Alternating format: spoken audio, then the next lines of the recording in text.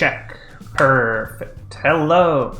I just realized I hadn't streamed with my new mic yet, so it wasn't set up properly, but hopefully it is now. Welcome here, everyone. We are finally back with A World Without Magic. Good to be here. Should be exciting. I know it's been a while. And without further ado, let's go see what our players are up to.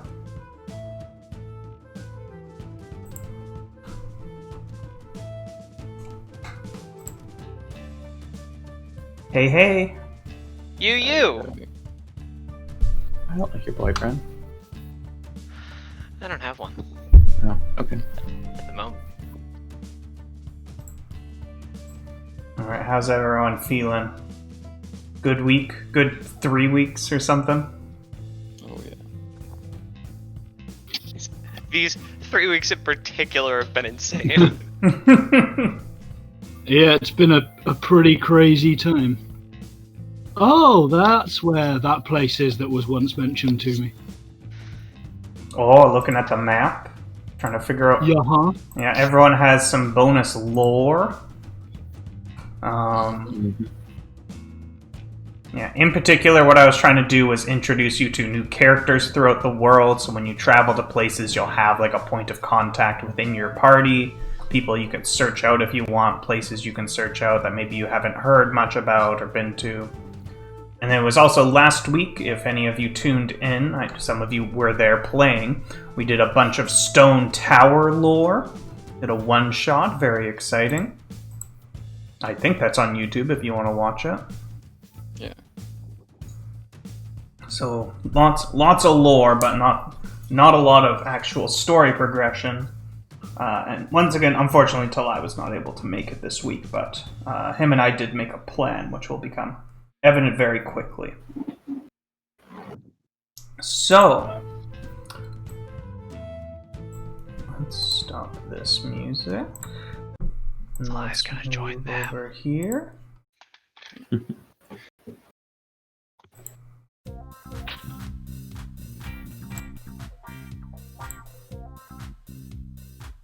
And you remember that you are again in the arena for what is being advertised as the Grand Finals.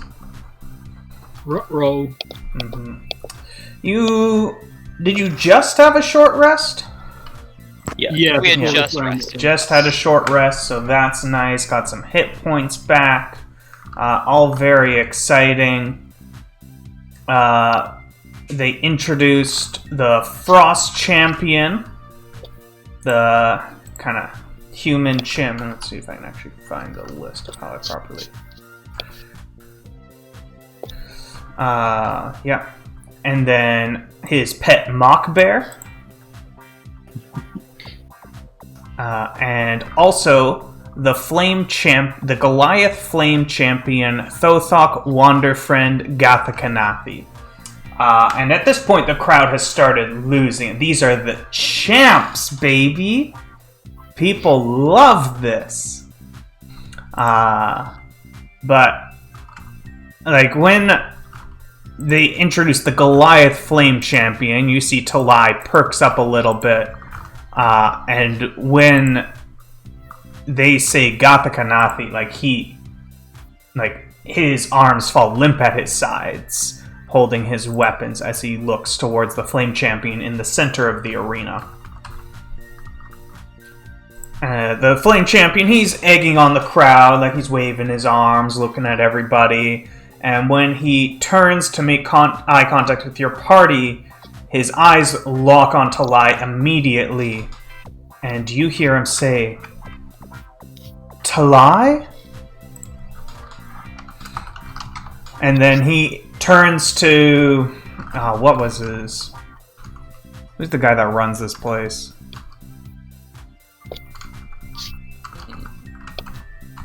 I have it somewhere. Yeah, it's probably all the way up in chat. Korbok Koboldfinger.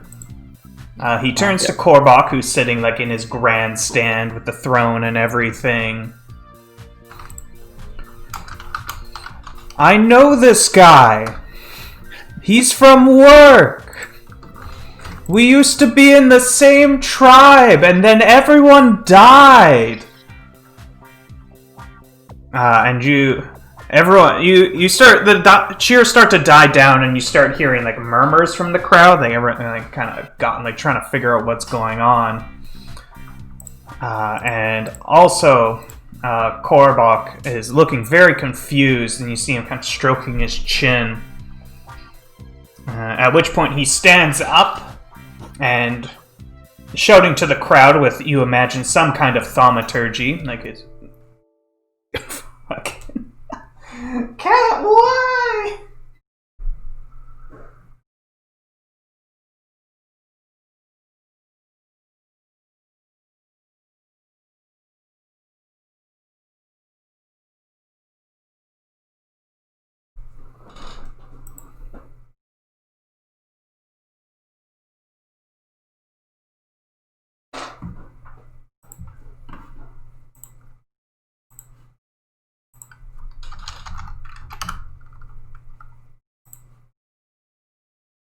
Hey chat, hopefully you can hear me. Cat. Check, check. We're here. Check, We can check. hear you. 1 2 1 Hey. 2. Yeah. No, Cat was just sitting on the computer being all chill and decided it wants to leave and steps on the power. I don't even know how it stepped on the power button, but it did. We heard you up to through some kind of thaumaturgy. Yeah. Let me finish setting this up.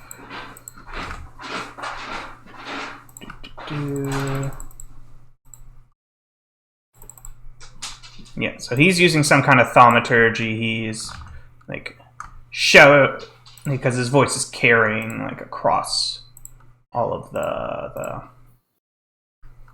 throughout the grandstands and everything. Wait, how did I get these mixed up? There we go. There we go. And music. And we can start the music again. There we go.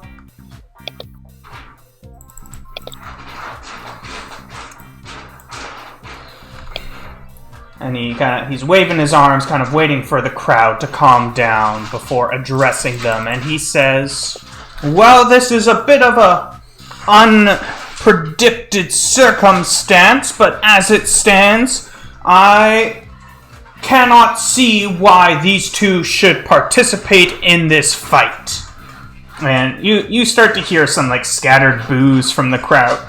Like they wanted to see they've heard stories of Goliaths, they've seen the Flame Champion fight.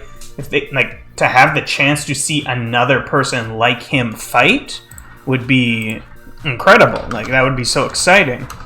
And he waves his arms again, waiting for everyone to calm down. Because they will be having a one-on-one duel tomorrow! Goliath on Goliath! See who is the strongest! And then he kind of waves to Talai. Get out of here! And you see some, like, who you expect are kind of employees of the arena. You've seen lots of people wearing these matching uniforms come in and escort Talai as well as the Flame Champion out of the arena.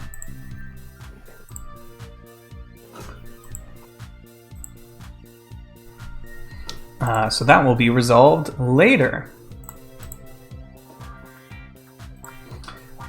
And so we come back to our grand event. A little bit less grand than before, between the Frost Champion and his Mock Bear versus whatever your weird team name was. Let's see if I have it written down somewhere. Storm Chasers? Storm Chasers. something Storm like that. Chasers. We were named after all of the storms we've been chasing. Mm-hmm. Oh, Yes.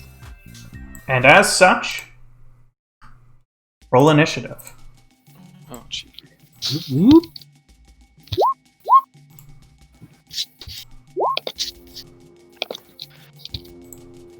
Next level.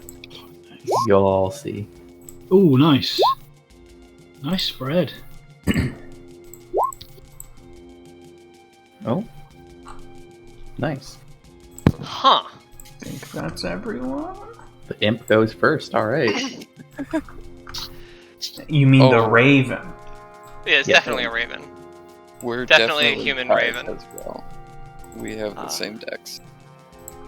So, It's helpful for me to go straight after my bird, but it's up to you. okay. I guess it doesn't. You know, no, I guess it doesn't matter too much. I can make a ruling if you want, but if you can decide between the two of you, then that's totally fine. Alright, I'll go first. Cool. I So would all like to go. Raven is going to do is actually, if Imra's going to go first, that may change things a little. Why don't we path down? Oh no, because I would have to help in melee range, I think is how I read that ability. Actually, I should just ask clarification directly. For a familiar using the help action, do they have to be in melee range both of the combatant that they are haranguing and also the person that they are helping? Or can the person that they are helping be at range?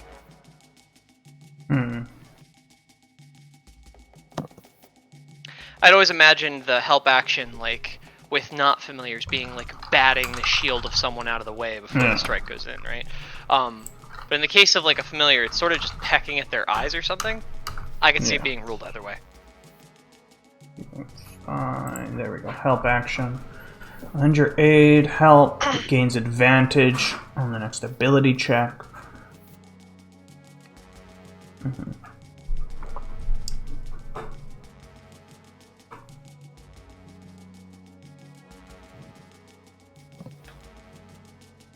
Yeah, it looks like you can do either or.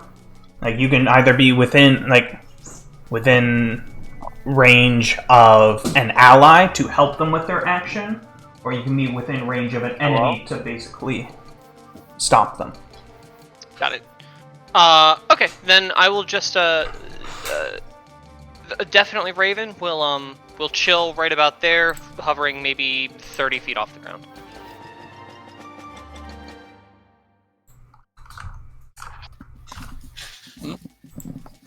All right, Imra. Oh, with a prepared reaction being if ever next to an enemy when a big shot is going through, will provide haste. Alright, I'm gonna scuttle over here and bless all three of you. That made my life a lot easier having only three. All right. Feels blessed. Yeah, and that's about all I can do with this turn, so. All right, Fishville. What do we got range-wise? Mock Bear, I'm assuming, is pretty fast, either makes fun of people. What was the name of the other chap? Frost Champion. I don't think you know his actual name, like that's just his title. Yeah, and he looks to be wearing probably some type of, what does that look like? Like plate armor? Yes. Okay. Knowing what I know about people and ACs, and bears and ACs, gonna take shots at Mock Bear. These will be the standard Eldritch Blast suite. Or sorry, that should only be 2, shouldn't it? Yes, I don't think you make 3 yet. No, not yet. Which is tragedy in many forms. Oh my goodness. Well, your first one does hit. Wow. I will take the 12 damage, or they will take the 12 damage. And will run up the stairs while shouting, Mock Bear, more like Mock Bear, and will turn into a bear while mocking them. It does not understand. Large. It is a I'm bear. not surprised at all. Is Can your you bear transform me into a... large? Yes, I think all bears are large. Oh, I was gonna say you get a D4 on that attack, but it does not matter. On the... Oh, because it's an auto miss. Yeah, accurate. Yeah, it's a crit one. All right. Anything else? That's all. Okay. Mock Bear. You see him. He was standing like on all fours. He looked ready to go. And you see him slowly take one step forward. It is the Frost Champion's turn.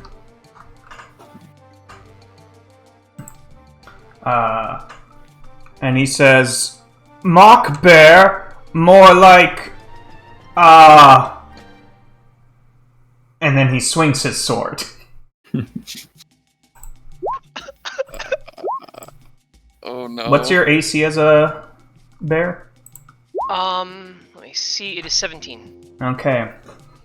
Or sorry, if these are consecutive swipes, the first one that hits me will reduce it to 16. Okay. It is. Yeah, so as he walks towards you, you see him draw his great sword. It has runes inscribed along the entirety of the blade. And as sun is starting to get a bit low, it is later in the day at this point for the grand finals, and there were a few torches around like this center podium, but as he drew his sword, every single one of them were extinguished. And he lines up his attack and hits you for 16 slashing damage and 10 cold damage. 16 and 10. So 26 total. Total of 26, leaving me on 8 out of 34. Oh. As a bear. Yes. And yeah, that's his turn. Panoptus. I am going to shuffle myself kind of to about here, just as an extra thing between something and Will, and I believe should have measured that correctly. Yeah, plenty. I'm going to cast a bit of the old Dissonant Whispers at the Coldy champion dude person,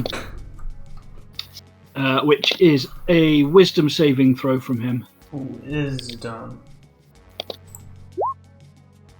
Yeah.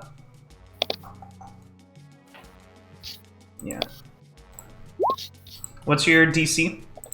DC 14. You see him begin to succumb to the whispers, but you see him kind of tighten his grip on his sword, and it almost looks like he wills himself to try and attempt to dissuade these whispers again, and he passes. Cool. So it will be half damage of 5d6, which I will roll now. Quick note about the scale mail. I was actually incorrect about the amount of defense I had. It was 15 followed by 14 for subsequent hits. Okay. Same. Don't know if that Same result. threshold for anything. Cool.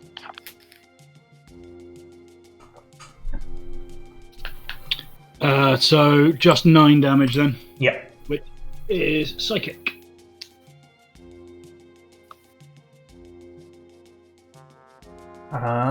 Anything else? That's all I can do. All right, Will. All right. I'm going to line up a series of shots on the frost guy. Try and move a little bit. There we go. I'm gonna do a sharpshooter for the first one, just see how that hits. 10 total. No. I'll try again. 11 total. Man. Don't forget your D4. True. Yeah, it's in there. That's with the D4. Oh. It is. That's Yeah, never sharpshooter mind nonetheless. that. Yeah, no, neither of those hit. I rolled 3s for both of the. Okay.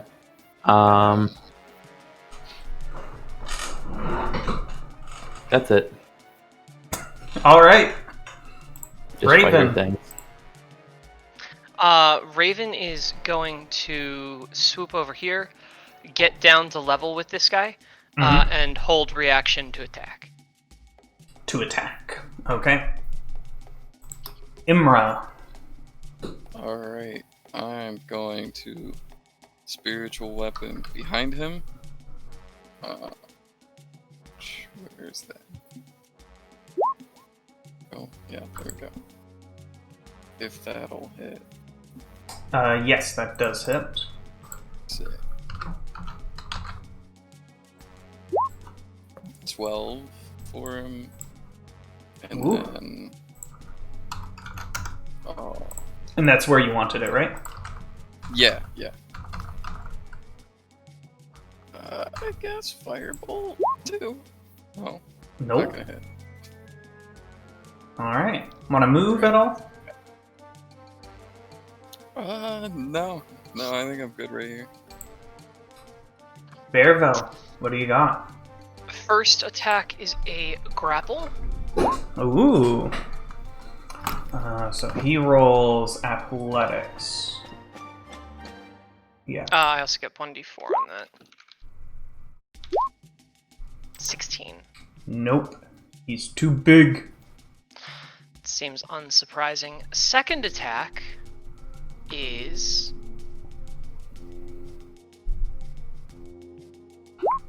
a bite. Ooh. 15 to hit. Yeah. I was about to say you have flanking here, but that doesn't really matter. No. Because I was invisible. I Well, keep you forgetting do that we play with flanking. 1d4. But I Oh, don't you know. do have a one. You're still My imp blessed. is not blessed. Oh, that's Oh. the. Oh, I got confused. Yes. So that does not hit. Okay. That's my turn. Mm-hmm. Oh, actually, sorry. I will... Do I want to do anything as a bonus action? I know I'm going to get chonked if I don't. No. We'll let it stand. You see Mock Bear put one paw in front of the other a little bit quicker. Oh no. We're letting him speed up. Oh. Oh no. Oh.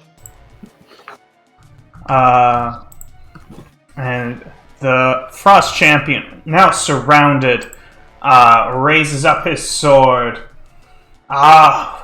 For glory! And takes a swing at you, Asvel, which hits for 21 damage. So that'll knock me out of that form with... Does the 13. slashing and cold make a difference at all for you? Don't believe so. Then I'll just tell you. Yeah, 21 total. Okay, so yeah, that's with 13 bleed over. Let me go get my other token. I believe I've been standing here. So this is minus 13 off my max, which puts me at 26 out of 39. It's going to swing at your imp, which, is it still invisible? I forget how it works. No, because it attacked. Okay. What's its AC? 13. Hits for 12 damage. And now that's gonna... 10 slashing, 2 cold. So for 11... and what is the weapon magical? Yes. Then. Poof. And then it swings at the spiritual weapon, Okay. which he hits it for 23 damage, but I don't know, it's a spiritual weapon. It's fine. It looks a bit shook. It's never been attacked before. Spear breaks for a second, Yeah. the image, and then it just heals. Yeah. And that is his turn, Panoptus. Cool. Seeing that Esfel, I'm still getting used to Esfel not maintaining these massive beastie forms. I will run in. I've just measured that 30 feet. Bosh. Esvel, why didn't you turn into a giant snake? I miscast, guys. I miscast every day. I I'm miscast in other campaigns. Pack Glaive number 1 with a D4. That hits. Cool. Shall I just roll the second attack at the same time? Yeah. Or whichever is easier. I was finger was hovering conveniently. And that'll be an 18. That hits. Lovely. Damage number 1. Damage number 2. Holy shit. Ooh, Not That bad. is Good shit. That was a good turn for Panoptus. Yes, you slash across him twice with your packed glaive. Just dancing it under his guard and stuff. Yeah, you are able to. That's the thing. Like, you're not like breaking through his plate armor, but you are able to find kind of the joints in his armor, and you're able to slash through, dealing a lot of damage. And you see him grimace as blood is beginning to drip down his what was once very immaculate armor. Nice. Oh yeah, are we going non-lethal? I can't remember. No. I mean, we're supposed to. Yes. Are we? You were the rules here are like it is two, like once the other team is incapacitated, you win. If that's unconscious, great. If it's dead, well, it sucks more. Especially if you kill the champs, you'll definitely still get the prize. But there are a lot of people here that really like the champs. Sure. Because I know in the first round a lot of people kind of just surrendered to us and we let them, but then there were the others which were slightly more dickish. Will. I just realized how poorly I rolled. I rolled a 2 and a 3 last time. Oh yeah, no, it was trash. Mm-hmm. That being said, I'm gonna try one more sharpshooter shot. On who? The Frost Champion. Nope. So 17 doesn't hit. Nope. That's unfortunate. Too bad you rolled a 1 on that bless. Yeah, definitely getting rid of sharpshooter for this next one. Chapow, 22. That hits. Which is good, because it wouldn't have. Yes. 12 piercing. Yeah, no, he is not enjoying this. I think I'm gonna action surge at this point. Ooh, We just need the time. Get it been a pumping. while. Pow. 21 That hits. and 27 That hits. for another 14 points of piercing damage. Yeah, he is looking bloodied. Okay. Now we just gotta deal with Do you want to Mockbear. move at all? No, I'm happy back here. Imra. I'm going to skirt up just a bit up to about there. And I'll take my spiritual weapon attack on champion. In a That second. hits. Okay. Sweet. So 6 for him, and then I'm going to try and firebolt the mock bear. Maybe stop him from speeding up. That hits. For 13. Yeah, your fire explodes across him, and you see him like getting singed as he roars, but does not seem to be stopping. Okay. Alright, that's all I'm gonna do. Fishfell. Fishfell is going to look at Will, notice the difficulty Will was having with those sharpshooter shots. Not really call it out, just sort of make a mental note of it. And is going to burn fairy fire on both of these opponents. Okay. Sweet. You know what colors you want? We'll go with like purple and teal little minnows.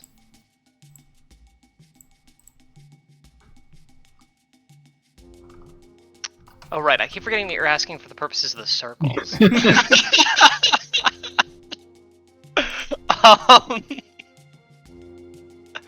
And that is concentrations. Let me throw up that concentration token on a wolf. I'm gonna need help doubling the size of it. The only reason that I went bear is clearly an inferior form. The only reason I went bear was because that guy's a bear. I'll just use yellow for this. It's easy enough. And that will be my go. All right. And you see Mock Bear Yup. going faster. Ooh. As the champion again is going to start swinging at you, Panoptus. With my slightly weakened armor. Yep. And hits you for 19 damage. Ooh, that's nasty. It's you, Esvel. Nope. He doesn't. My AC is much higher on the direwolf, by the way. Mm-hmm. Well, he rolled a 1, so... Okay. And then he's going to swing at you again, Panoptus. What's your AC right now, 17. Panoptus? It's 14 because I'm not using a 14? shield. Okay. And he does hit you for another 17 damage. Ooh, Pan's looking bad. Oh, that was a lot. And it is your turn now, Panoptus. Or actually, and then for his bonus action, you see him, he starts to do kind of like heavy breathing, and he almost seems to be like bulking up as he continues to breathe, and you see his wounds begin to seal as he takes a second wind. Fair play. And now it's your turn, Panoptus. So I was thinking about not going, but like with the wounds I've taken, I think the Pan side is going to come stronger, and just channeling everything I have through my packed blade with advantage from the lovely minnows. Strike number 1. Hit. I won't have the D4. And then strike number 2. Hits. Lovely.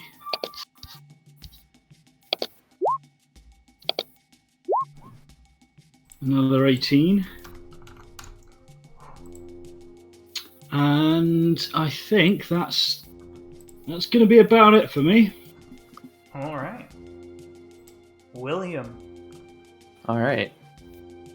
I just kind of stand here for a second and watch the fish, wait for one to slowly line up with the joint in his knee, and just pow. There it is. Ow. Oh, Oh, indeed. 17 knee damage. Because, like, 19, it's so good, but also, it was so close.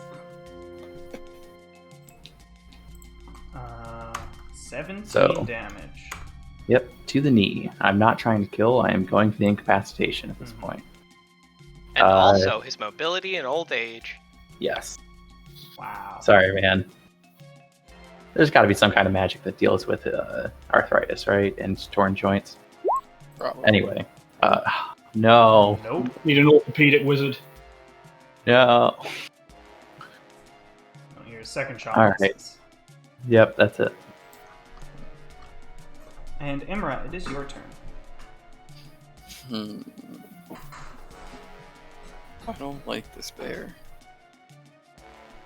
Yeah, I'm wondering if the bear's got to go in a straight line to do this. Bear's gonna. I doubt it. I really doubt it. How's the Frost Champion looking at this point? Quite bloodied. Okay. And So- Pan's about the same. Yeah, I'm on 3 health. Pan is like barely standing. The champion is in much better shape than Pan. Okay.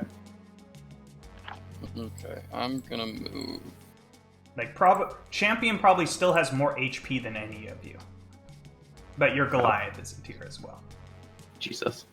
Okay, I'm gonna move up there. Try kiting the bear a bit, and I will take my attacks. Ooh. Oh, crit. I was going to say that's an advantage, but Oh yeah, it is an advantage. 15. Yeah.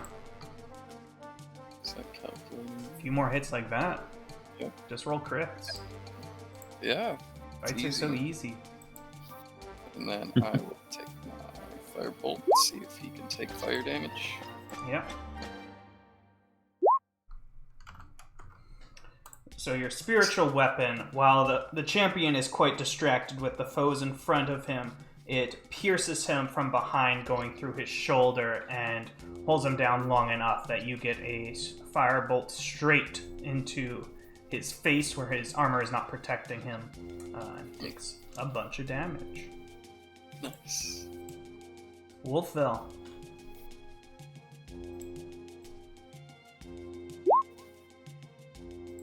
That's a hit. I think you're muted.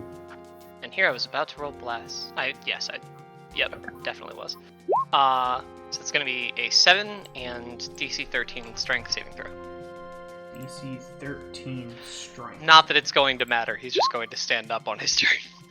No, he passed. Okay.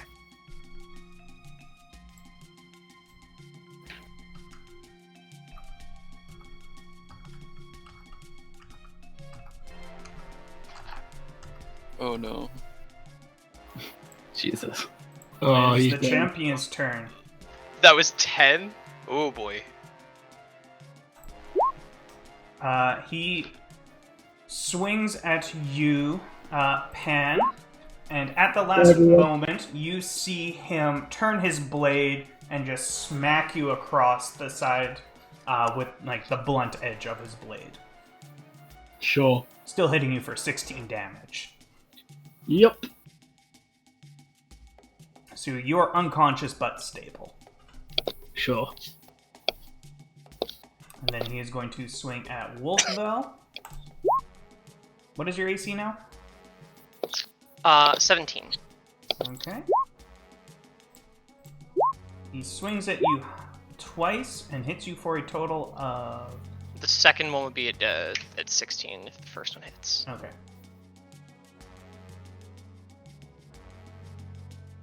$35 damage. Okay.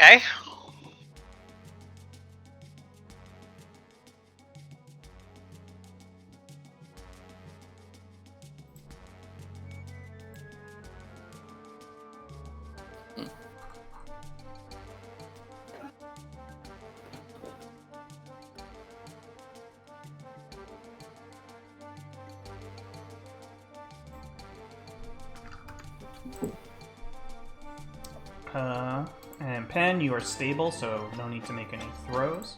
Are you? You're still standing? I can't believe it. There's a wolf. Will, it is your turn. Okay. Oh, wait a minute. I was giving you the wrong spellcasting DC for those. Oh, it doesn't matter. Let's do a shot on the champion, just cause. Oh, 18. That hits. Oh, yes. Another 17 damage to the kneecap. He is looking like he is barely you could push him over. Right. Then I'm going to try a shot without sharpshooter. Oh, I was about to... So remember, ranged attacks can't be non-lethal. Oh, really? Yeah. No, it has to be melee. Would he go down immediately or would he start bleeding out? As a... Like, by canon rules, it's always, they just die. Monsters just die. Anyone that's not a player character. What I Canon will rules give are, to strictly you, speaking, GM discretion. yes. What I will say is, if you want to kill him and then... You will have one turn to save him. He's not going to start making death throws. But Wolfell's looking fine. No. No. But Wolfell has 2 HP. Espel has 26 last you saw her. So he could theoretically take you out in one shot. Yes. I'm going to shoot the mock bear then. Because I don't want to kill him, and obviously my knee shots are more dangerous than I was expecting them to be. That hits. Okay. Mock bear takes 18 points of piercing to his forehead. Yeah, you see an arrow sticking out of him. He looks And- very wounded, but he does not seem to be slowing. I'm going to scoot over by the stairs. All Imra. right. I will take my spiritual weapon attack first. Advantage Oh, and yeah. bless. Oh, it's an advantage. I forgot. Oh, that one hits. And non-lethal if it kills him. Oh, it's only 5. How do you want to do this? I'm gonna. Is he? No, he's still standing up. I'm gonna go for the will route and stab him in the back of the knee, so he's like down on his knees. You stab him in the back of his other knee, and he falls to the ground unconscious. This guy's not walking anywhere, but he's alive. I guess I should. And then I will run over to Pan and cure wounds. And then immediately run 10 feet back. Okay, make sure I go Thanks very much. kind of around this. I can't pick myself up. Are you under me? Here you go. Yeah. Oh. I want to be kind of around the edge there. I think that's actually where I want to be, so I'm just going to leave Sure. myself there. Wolfville. Wolfville is going to move to right around here. And then you're going to see the blood that's on the wolf's snoot from having bit into this guy just kind of start wicking their fur back into this kind of terrifying visage. Actually, I need to move a little farther from Imra before I do this. I would like the bear to make a, is it wisdom saving throw? It is a wisdom saving throw. Yeah. What's your spell save? 15. Nope. This is to, know in which direction. It failed. Then it is frightened of me. Okay. And then, rather than closing distance and giving this thing the ability to hit me at all, I'll just hang out here and have it not able to move closer. Actually, before I do that, I should probably scooch back a little to make sure that it can't circle around towards Will. Yeah, that should be pretty good. Mock Bear's turn.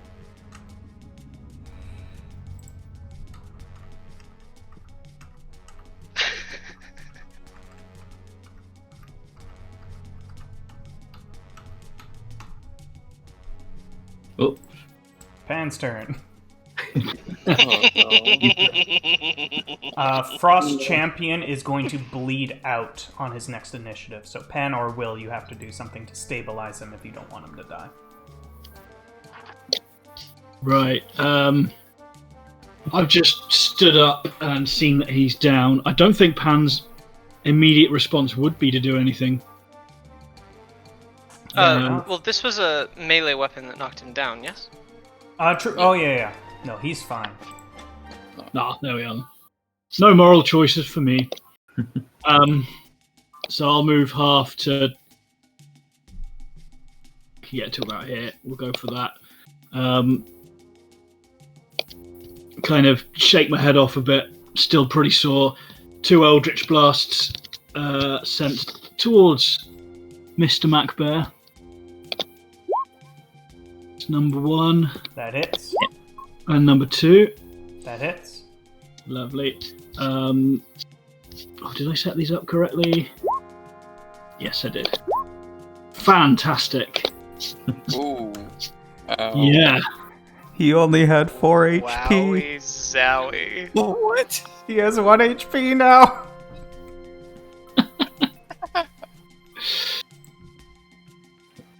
I've just gotten up. I'm still sore, alright? Did more damage than any of Imra's firebolts from last game. Alright, You Will, just it got is your called turn. out. There is a very tired bear that looks like it's going to be reaching 200 feet every 6 seconds next round if you do not stop it now. Ah, Oh, I will. Lord, he coming. drop my bow, walk up to it, like saunter up. My spurs are jangling, and draw a short sword and just try and bap it in the nose. Yeah.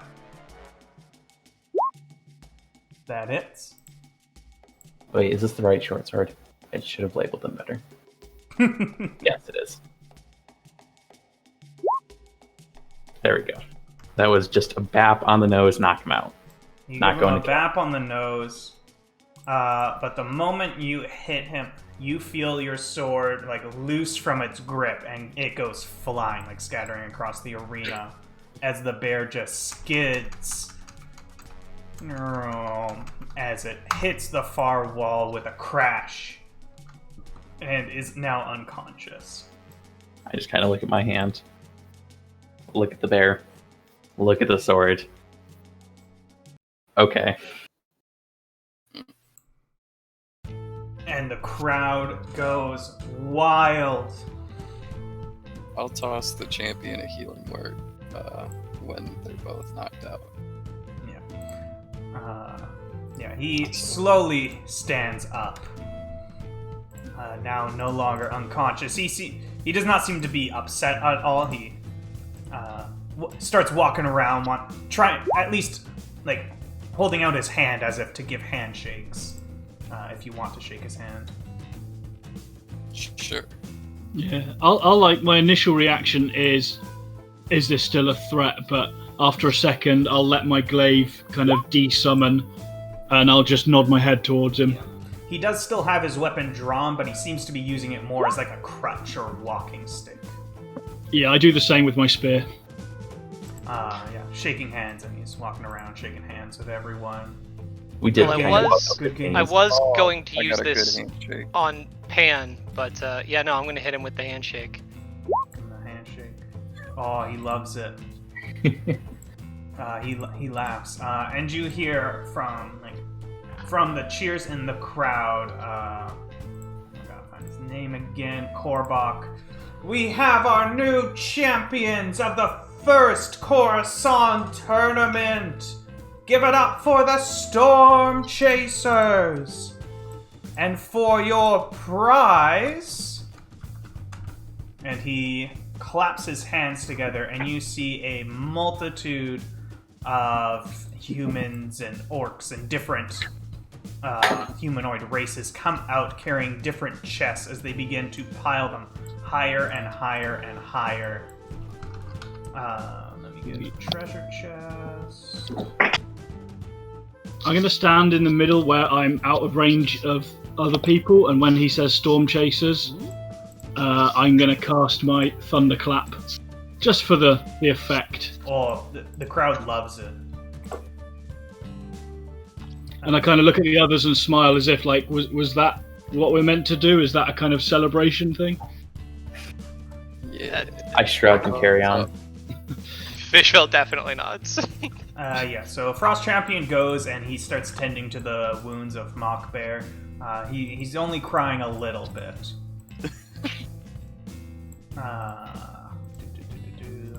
And now you got a big pile of treasure. Hell yeah. I want to open up some of these boxes. You begin opening up some boxes. At first, it's pretty boring. You eventually count it up. It's like 2,000 gold pieces. Oh, that's it? Yeah. Stop it. But then you do find some more. Though that was the majority of the treasure chests. Were just more and more gold pieces. They are specifically gold pieces. You expect, like, people, that's what they expect. That's the flashiest kind. Like, even though platinum is worth more, like, the gold piece, like, that's the showmanship. Are we letting Talai in on this? Yes. Yeah, let's just put it all in our bag, make that our party fund for now. Yeah. We can borrow from it as needed, but for now, we need just 2,000 in the bag. You also find a few different. You find 3 kind of ornate boxes that look to likely contain something of more value, or like magical items, perhaps. And you also find a wrapped up weapon, like in kind of like that heavy cloth.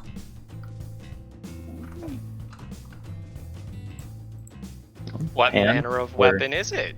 As well, you guys can. I'm just kind of watching you Uh, guys dish all this out. This is something that I would take a step back and just curiously watch with.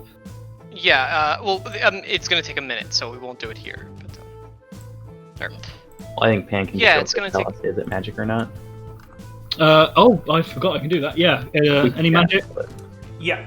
The 3 boxes you have all contain magical items, and the longsword the weapon is a longsword, which is also magical.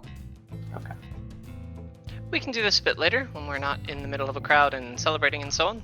Yep. Yeah. We box everything up and just kind of drag it with us. Yeah. Crowd is cheering. One of the employees, like wearing the uniform, comes up and asks if you need any help dragging, like carrying anything out. They have people at the ready. Oh, yes. Yeah. So. Our strong guy is not here right now. That would look substantially more dignified. He claps his hands, and we'll say 5 servants come and help you carry your shit. Nice. And so when you first exit the arena, you're kind of in a holding area. Like this is where you waited for like in between matches and such. So there's kind of one more gate you go out before you're in the more public area.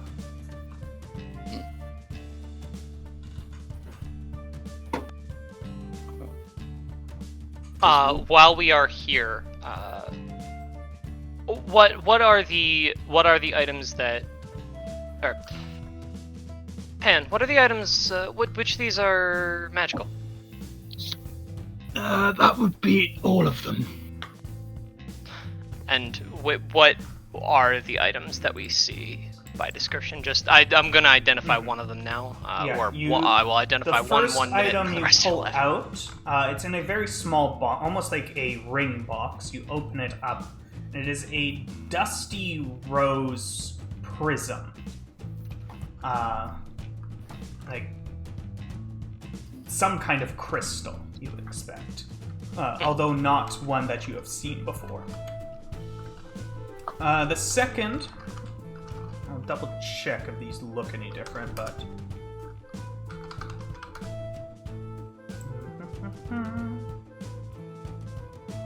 No, they look like a pair of iron manacles. And the third item is a small cube about an inch across. Each face has a distinct marking on it. Oh, yes. I hope that's what I think it is. And then and the longsword itself looks very well made, like very long. You've seen longswords before, very sharp. Looks to be kept in good repair. Does not have like any special runes or like plating on it. Possibly it's made out of a special metal or something. Nothing about it like looks inherently magical. then if I have a minute before they come for us, I want to identify the Dusty Rose Prism. Okay.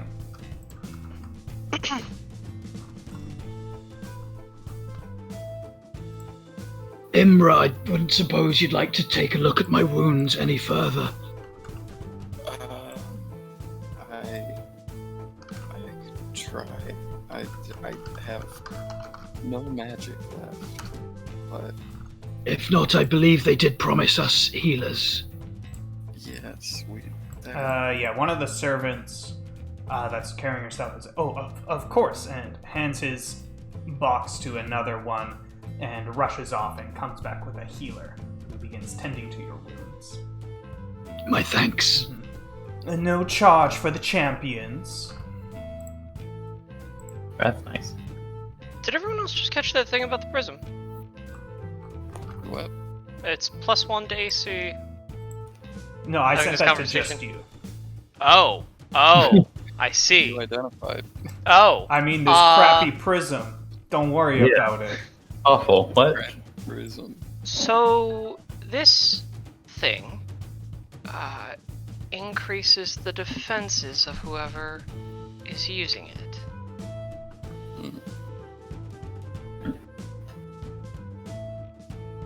Would it work on your animals? Because that would be pretty awesome. Yes, I think it would. Yeah.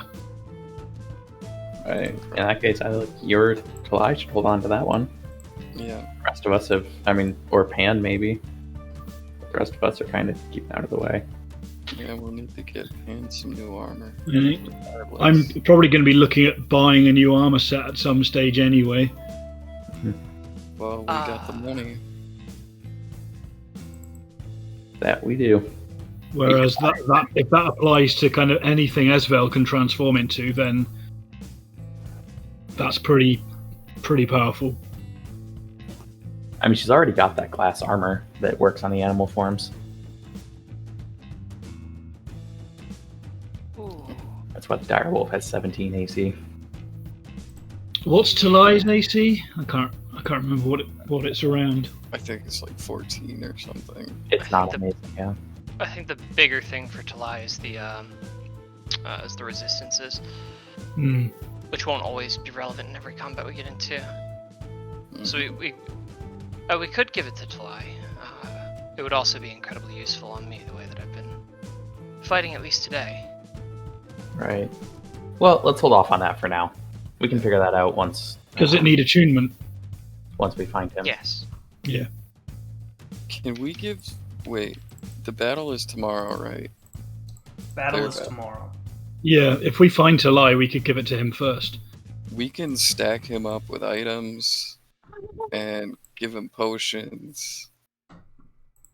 If we have another 11 minutes, I would also do the small cube. Yeah, it seems like nobody is like pushing you out into the public area. It seems you have all the time you want right now. Oh, cool. Then, we can just go through all of them, honestly, if we have a 33 minutes without it being awkward. I guess while we're Would waiting, you- I'm gonna Yeah. turn to one of the people and so what's expected next? We won, so now what? The one that first approached you, he seems to be kind of head boy or whatever, comes to kind of answer your questions. I can't answer all of your questions. You'll have to... I don't remember his name. Talk to Korbach to figure things out, but the champions, you're given a choice. You're not going to be shanghaied into fighting in the ring until you lose. It is a volunteer, paid, as you can clearly see, adventure. The previous champions have been going on for quite a while. I'm sure they would appreciate the break, but if you are not planning on staying on the boat, they may continue to be the reigning champions. Well, we'll probably not be sticking around for much longer than tomorrow.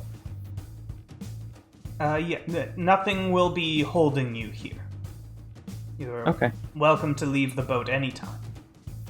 Are there quarters involved in being champions, or can we get free reign?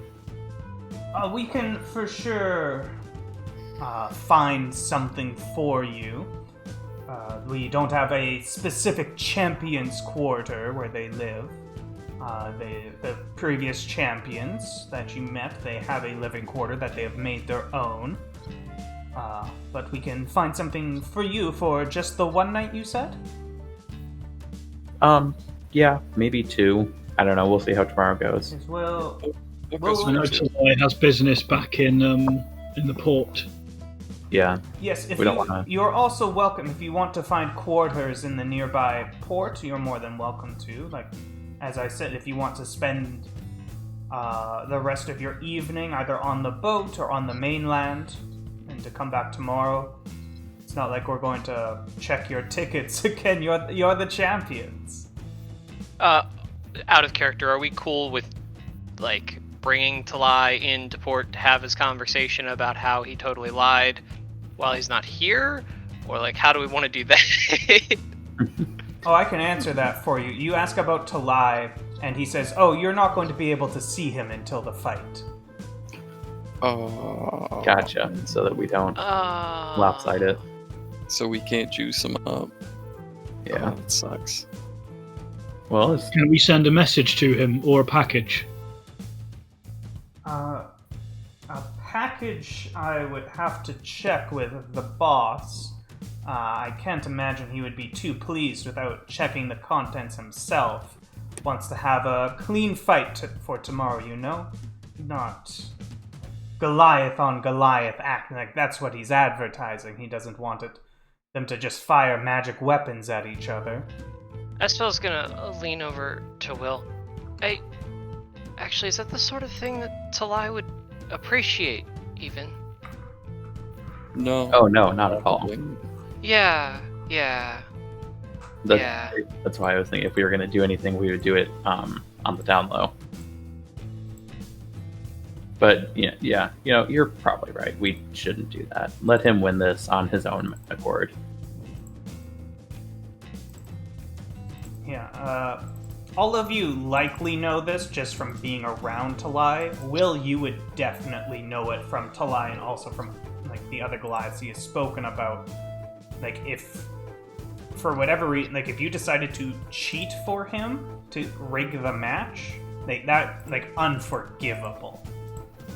Yeah. Oh, yeah. Like especially with him fighting another Goliath, like that would just be. Mm-hmm. Yeah, this is the first time he gets to really flex in a little while. I say we give it to him, and whatever happens, happens. Right, so, at the very least we're staying tonight. Depending on the outcome of the match, Talai's business in port might be a little more complicated. Is there anything to do on this boat other than watch fights? Watch fights. You can go to the casino. There's lots of food and drinks from across all of Talia. There's exotic shows and such. Lots of different forms of entertainment. Is there something in particular you are looking for? I don't know. Just kind of, we've been going. It's been a rough few months. I think a day off would be. Of course. Are there Everyone. Yeah. are there any wizards on this boat? I would assume so. We have a few in our employ, and then we could likely get like a staff list from someone, but also just as visitors on the boat, I would imagine a lot of wizards. Yeah, but I'm in need of a quite good wizard. A quite good wizard? Very I can- good, very talented. I can ask around for you, and I will get back to you as soon as I can. Okay, thank you. So, quick question for the group: who does have the bag of holding? Not me. Pretty sure it's not me. I think it was Talai. Oh my god. I have a backpack. Is it Cass? Fortunately, Oh no. I think it was Hell. No. You'll have to double check, Vic, unless you got rid of that character sheet. I can. We got. It would be, wouldn't it? There it is. Hell. Hell was storing away magic items like they were nuts and he was a squirrel. Healing potion that's actually poison. The six-fingered glove. Those are cool. I actually wanted to keep those. Six-fingered glove feels good. Doesn't I was look gonna. like Okay. Looks like So, a Talai sheet. well, I guess in the meantime, they have to hold on to our stuff for us. Each of us could probably take a little stipend out of the money, 100 gold each, maybe.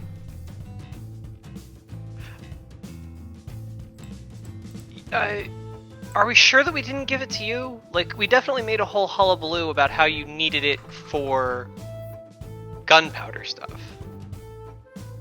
Yeah, I currently do not really need money.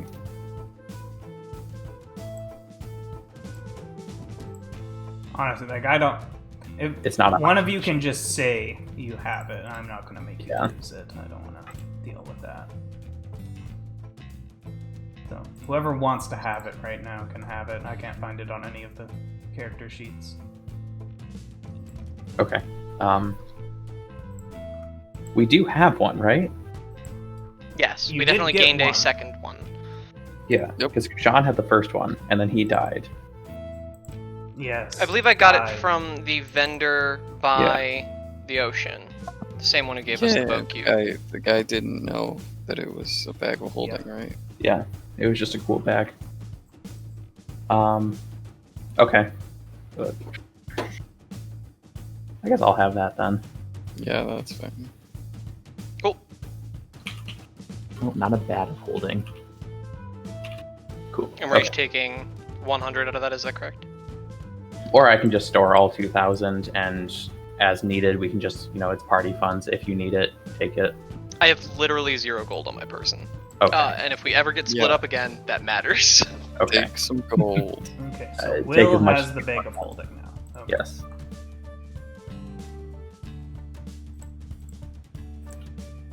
Okay, how much money is everyone taking out of it? None. None? I'll grab 100. Okay, so we have 1,900 in the bag then. And Do we want to throw anything else in here? Oh, goodness. eh, I, Did we put anything in it before? God, I do not remember. we this. should probably figure out inventory management not during session, because I Yeah. have a whole bunch of random nonsense that I will totally put in there. Sure. yeah. Okay. Okay. Well, what do we want to do? I'm kind of partial to anything at this point. Spend a good night, have some fun, have some drinks, try and make some money at the casino. I don't know. We can't go very far. The only one of us who's any good at gambling isn't here. Yeah. I mean, you don't have to be good at it to enjoy it. We, I don't know. Sure. Sure.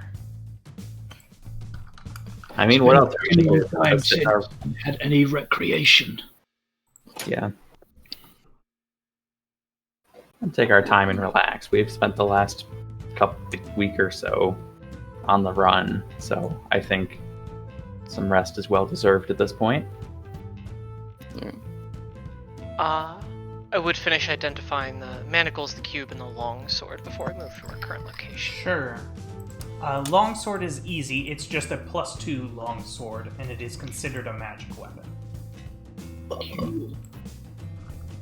Too bad I have negative strength. I would love that. Are longswords not finesse?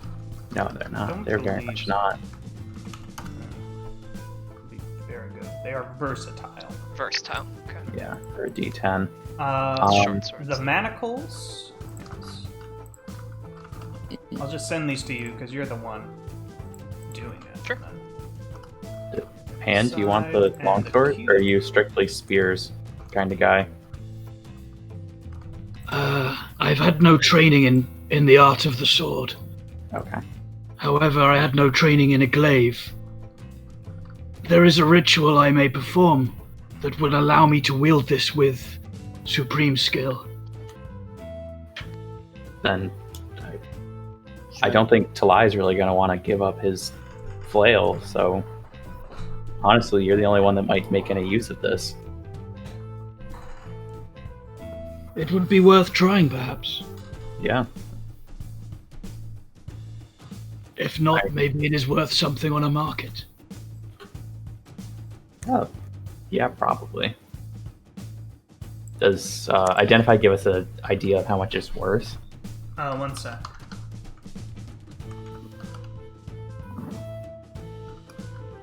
Thank you so much for the follow, Valexion. Hope I said that right.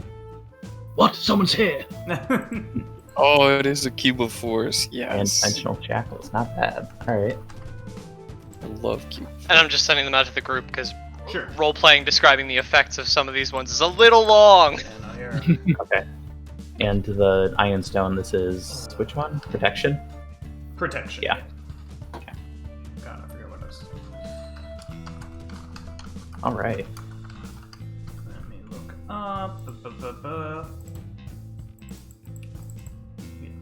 You expect you could easily get at least like 1,000 gold pieces off of the longsword. Okay. Yeah, if you don't want it, Pan, we could easily hop this thing. Like, it would be good for me. It would have to take the place of my packed weapon. Right. Or I could just wield it as is, because with the +2 it counters the fact that I'm not proficient. Actually, no. That would be pretty shit. I mean, that's still a D10. I don't know. I could do more with the money from it than I could with the sword itself, I think. Okay. Because I'm looking at spending quite a lot eventually once I can afford it on some half-plate armor. How much is half plate anyway? Like 100. 800, 750, something like that.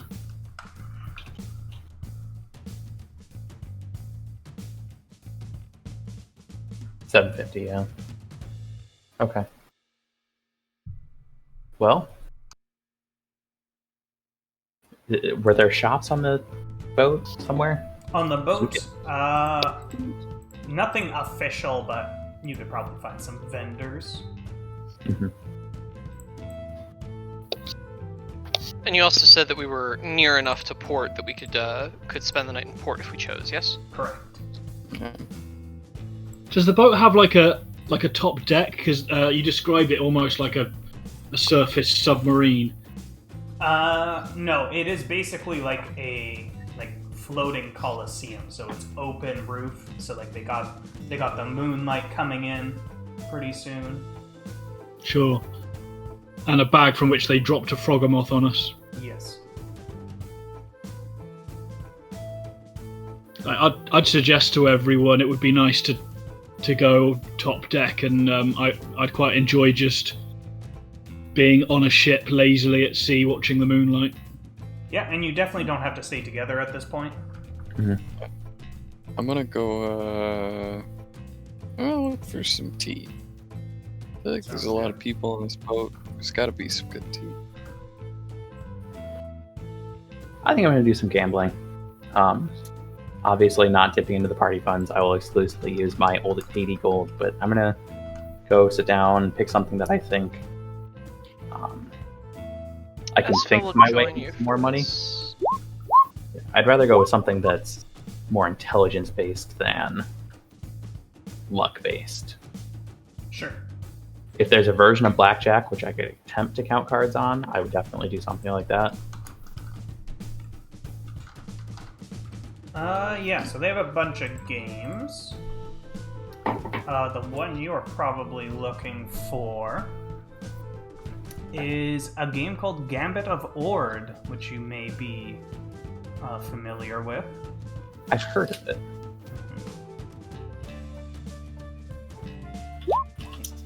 So it's a card game in lore, but obviously we'll roll dice for it.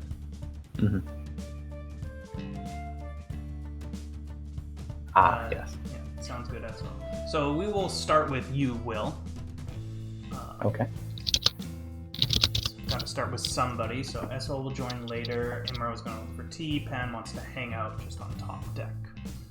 Yeah, I'm going to do a short rest up top as well and do the ritual to convert my packed weapon. Sure, sounds good.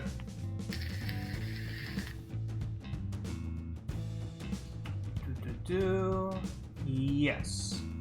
So you make your way to the casino. You get some directions.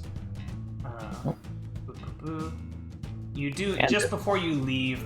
You do meet Korbach, and he does give you his word. Like he's gonna make sure his servants hold on to your gold piece. Or did you put everything in bag of holding? everything went in the bag of holding. Okay, never mind. He doesn't have to keep track of it then. You're keeping track of it. If you get What robbed else- now, it's your fault. We threw the. Do we throw the magic items in there? I don't know. We can deal with that, but I think so. All right. If we're not immediately giving that stone of Iyun over to Talai, I would keep that on me and toss the werewolf's eye in. Yes. So what we're gonna do for Gambit of Ord, it's 50 gold pieces for initial buy-in. oh Jesus. Okay. This is high roller stuff. Yeah, You're in, apparently. you're in the big game. I can find you cheaper tables if you want. I'll take it just because we have the excess cash right now, and I'll try not to blink, but that's more money than I've usually seen. Yeah. Ever. So, Gambit of Ord, I'll just explain the rules to you because it's something Will would be familiar with, although likely for lower stakes than this. You probably played for it for rations when you were younger. Yeah, maybe some silver or copper. So you're at a table with 3 other players. Each player will roll a d8, keeping it hidden. Then everyone has a chance to raise, call, or fold the bet. Okay. It'll continue when all bets are equal. Then each player rolls a 1d6, keeping it secret. And then there is a chance to raise, call, or fold. Each player then rolls a 1d4. And whoever has the highest, like sum, will take the pot. Okay. Ties will split. And you can also, you're welcome to use your skills if you want to try and cheat or make someone think you have a better hand than you do, stuff like that. Obviously, if you get caught cheating, then you will be in big trouble. Right. You're welcome to do those. Is this a game you want to buy into? Yes. I'll just for one set. Alright, you join for one set. Here, let's get some players for you. Yeah. Can I try and get a read on everyone when I sit down? Just like for their base state. Sure. Quick question for the rest of the players here. Do the 3 of you want to be the random players that are here? No. Oh, as in, do we just want to play as NPCs? Yeah, I'm up Sure. for that. Oh wait, as NPCs, as sure. I'll play. NPCs. Okay, Esvel, you are Sunilda. You are a female tiefling monk. You are foolish and flirtatious. Imra, you are playing Grarder, a male halfling rogue. You have a raven with you named Fastob, and a long mustache. All right. What was Imra's name? Grarder.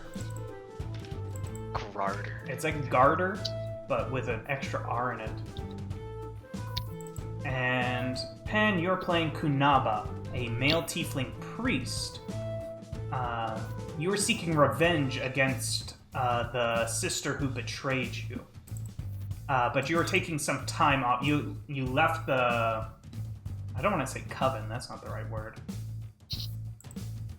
The temple, whatever. You left your religious home after you were betrayed.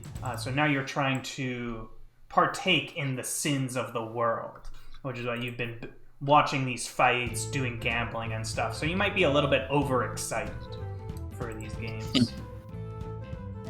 Cool. So everyone roll a d8, keep it hidden. Okay.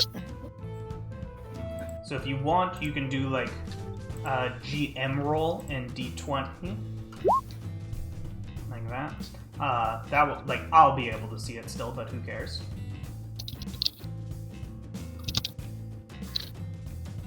Or you can just roll it silently and I'll just believe you. Or actually, do it in here just so we all know. Alright, so you have all put in, pot 200.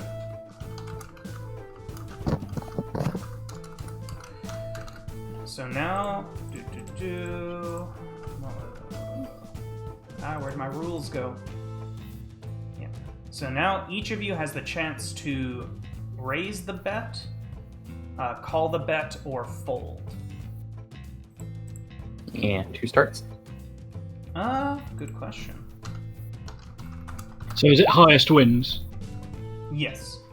Highest will win after a D8, a D6, and a D4. So, Esvel, you will start, or Sunilda. Sunilda's going to look at her hand. Is it a hand? Yes. Okay. Is going to look at her hand. She's going to smile. And she's going to look across the table towards Garter and sort of admiring his long stash for a moment. Is going to raise the pot.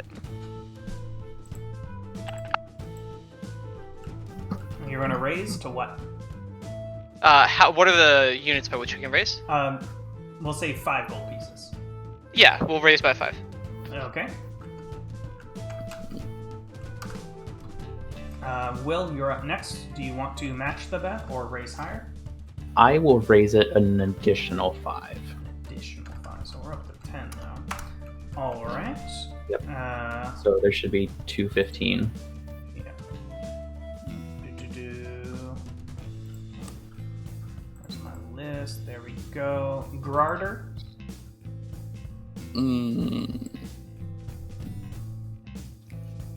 I'll call.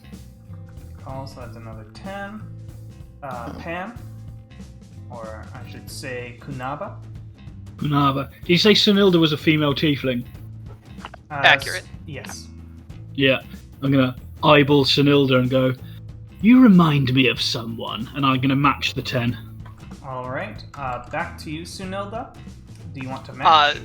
Sunilda will immediately rise to the bait, will call, and will look back longingly into your eyes and go, oh. Back. Do we do another one? No, I don't think so. Okay, everyone roll a d6. Keep it secret.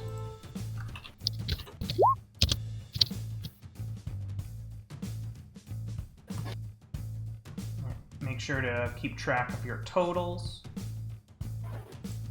So now we have another round of bets. So you can, once again, raise, call, or fold. We will start with you, Will. I will raise 15. Okay. I will fold. Fair enough. Kunaba? I'll match. Okay. Get that call in there. You can see Smilda working out some numbers in her head, and then she just kind of waves her hand a little and calls. Calls. Okay. Since we all called. Now roll another d4.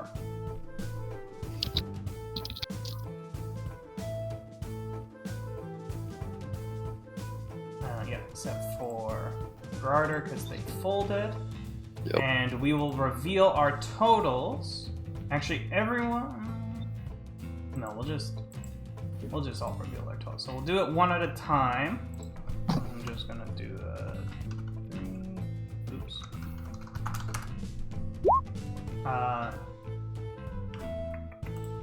Sunilda, you can reveal first.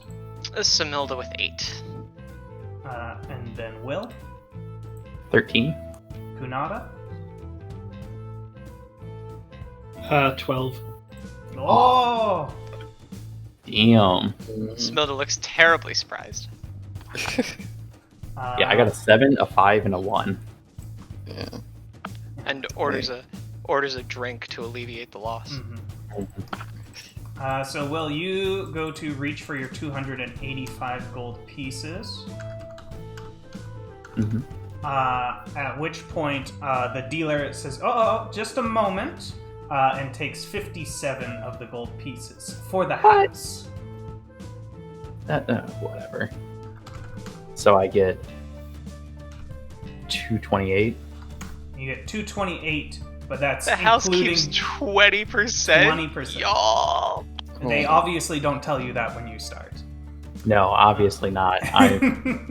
Jesus. Okay. So So that's I made 100. No. How much did I make off of this? 100. Oh yeah, I put 50, then 10, then 15. yeah. So I had 75 in. hmm So I made 150. 153 total 153, yes. gold pieces. That's not bad. Yeah. So there's more Gambit of Ord. There is also a dice game nearby that you see, and it seems to be just like you want to get certain combinations of dice totals to double your bet.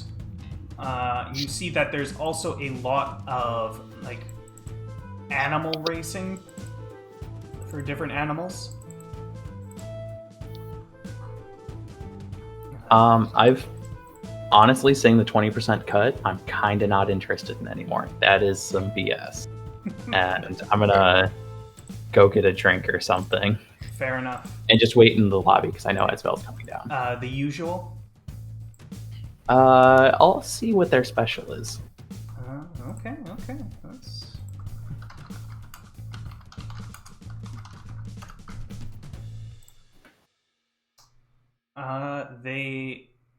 It's called Ginger Root Tornado. Oh, okay, interesting. I'll try it. Mhm. And then just like, if I like it, spend the rest of the night just kind of sipping through those. If Esvel wants to do something else when she gets down here, I'm game. So it is. When you get it, it almost looks a bit dirty, like this murky water. But as you sip it, it is quite good.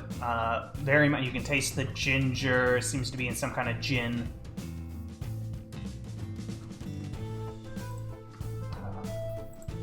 But nothing too overwhelming. Mm-hmm.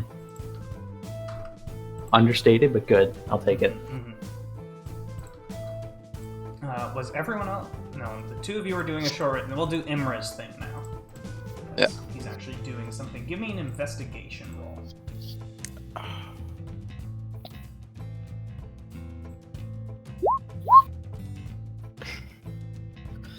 Oh no. Investigation, because at this point I'm assuming you're just kind of walking around asking people, hey, do you have any tea? Yeah, looking for maybe a vendor, maybe just people.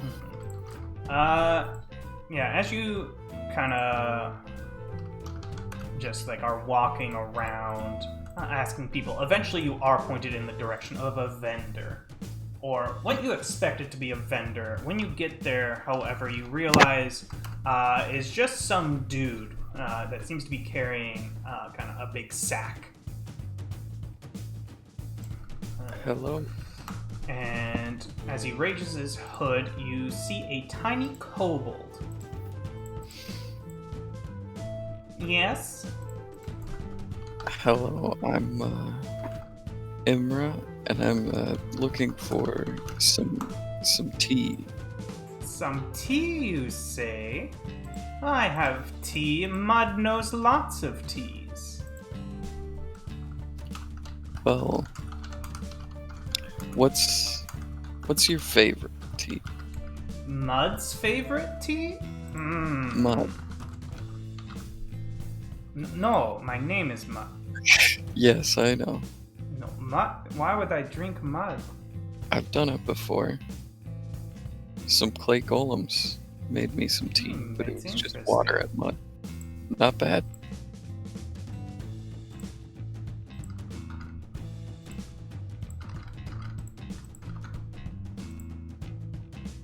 I'm trying to find random teas. Why is it so hard? I found a thing that like you put in your names and it spins to decide whose turn it is to make the tea. And I don't know why that came up first. Is this some sort of game, or No, is it like competitive tea making? I don't know. He recommends just for when a you're chilling around. apricot amaretto. Apricot? amaretto Mhm. tea. It's very fruity and nutty, slightly sweet, honey-like. Mm. Would you mind if I inspect it first? Sure, and he pulls out a small parcel out of his big bag that when he opens it, it is made mostly of these reddish leaves, but you also see these bright, colorful peels in it. Mm. Give it a smell. Make sure it all seems right. It's just a kobold with a bag. It is a big bag, and he lives up to his name. It smells quite fresh, and you do smell like you can smell some citrus along with some nuts. Ooh. And how much would this cost me? Let's see if I can find a reasonable price. 5 gold piece. 5 gold pieces. How much tea is it? You expect enough for 10 cups. That's a lot. That seems like a lot. Do you know how hard it is to get citrus into tea? No, I'm not an expert It's tea. very hard. Well, it does smell quite good. Do you have anything? What else do you have? Maybe something a little. I just found a cherry Heavier. marzipan tea, and that sounds so good. I'm trying to build up my collection. You see, a man gave me a magic teapot. Now I need to use it. You want something strong, bitter. Yes. Let me see, and he kind of goes into his bag, and you see him like he's like inverting himself. You see his toes like sticking out, and he pulls it out. This is Ceylon gold. Ceylon gold. Mm-hmm. Is that? What is it? What does it look like? When he pulls out a little bag and you look at it, and you can just see like these very dark, dried leaves. It doesn't seem to have any additional things in it. And you do not Well- see any gold. No gold. Well, sir, I will. So 10 gold for both. That one is actually just 1 gold piece. 1 gold. I can do that. I'll give him 6 gold. It was a pleasure doing business with you, Mud. And with you. And I will take my tea back to my room and start making probably the ginger. Sounds good. Yeah, and as you brew it, you can like he wasn't lying. It was tea. Nice. Was not swindled. That's a win. All right. We'll say at this point, Pan and Esvel, you have finished your short rest.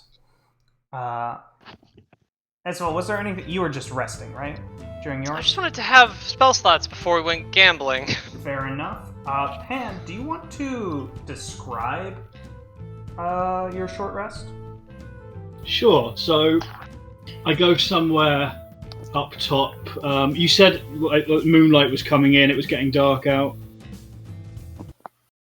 In terms of what time it was and everything. Yes. Yeah. So that's perfect pan weather. So I go and I kind of sit cross-legged on the top of the bow somewhere, looking out to sea. I have the glaive in front of me, which is kind of this obsidian bladed with sort of these oddly sort of jutting amethyst crystals along parts of the handle, part of the back edge of the blade itself, and it kind of just dissolves away into shadow. And Pan sort of, instead of shutting his eyes open, just like eyelids not a thing anymore, and just staring out into the sky with the longsword just across his knees, and he's thinking towards the voice that rescued him from the sea.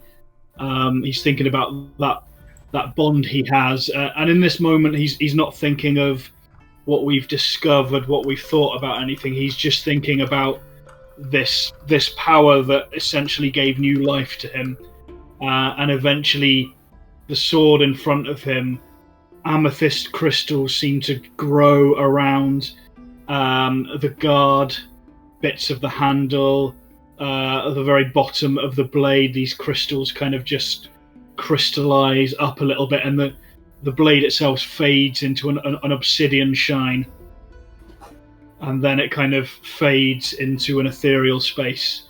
And I kind of stand up again, and then just take a moment, just with my head bowed.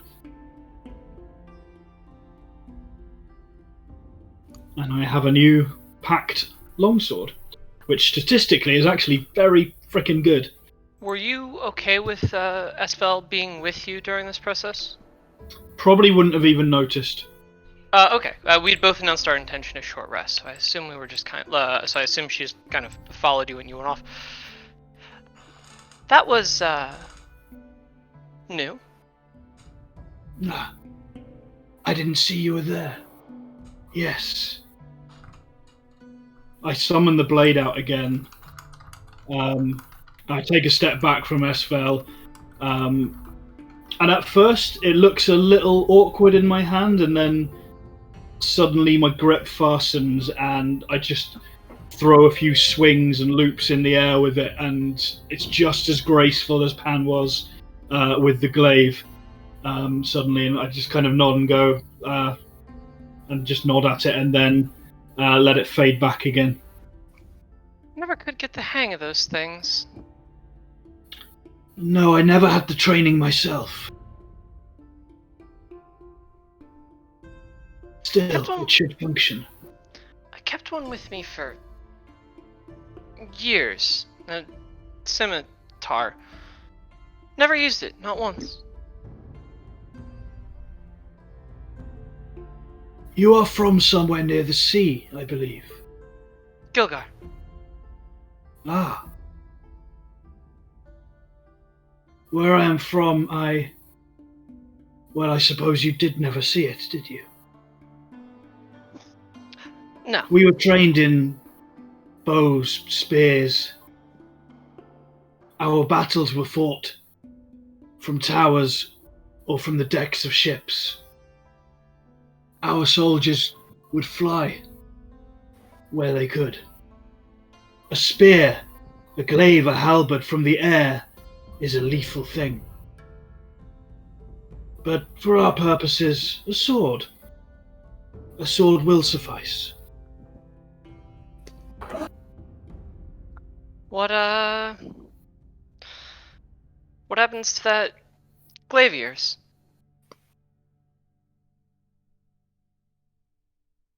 Honestly, I'm not entirely certain. It never was a real thing. It was, I believe, made manifest at my resurrection. I believe that before I thought upon it, it never existed.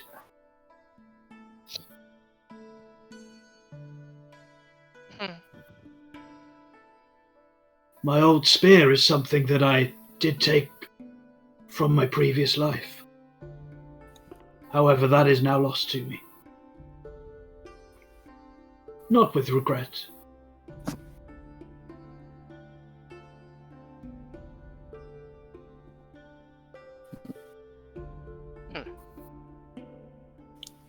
Why would you carry around this scimitar? In case I ever needed it. I used to be a sailor. You never know what's going to go wrong on a boat. But it always seemed that like a belaying pin, a club, something like that, was always more useful. Metal feels weird.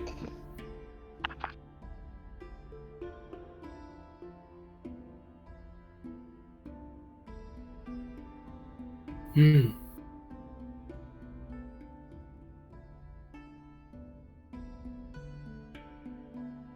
Pan just kind of stares off again. Esfel looks lost in thought. I don't think she knew the thing that she just said about herself.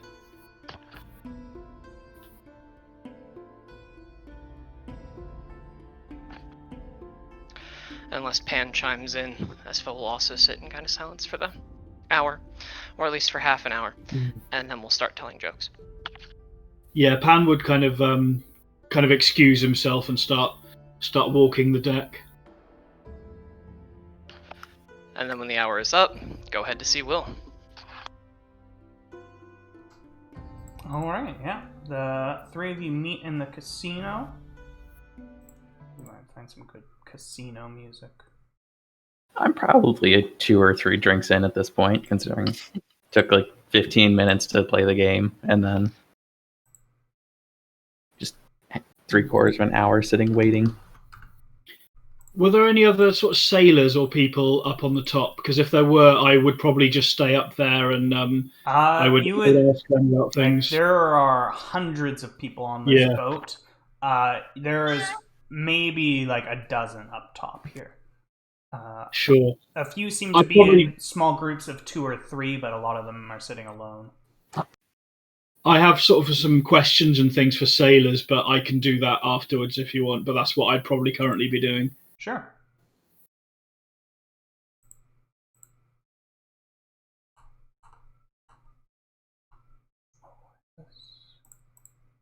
One sec. As in, if you wanted to carry on with the gambles. There we go. New music. Boom. Yeah, so... Imra, did you want to come and show up at the casino? I doubt he would gamble. Fair enough. So, Yeah, you're drinking your tea somewhere. You're dealing with that. yeah. Will, make a Constitution saving throw for me. Can do. Oh, 15. 15? You're fine.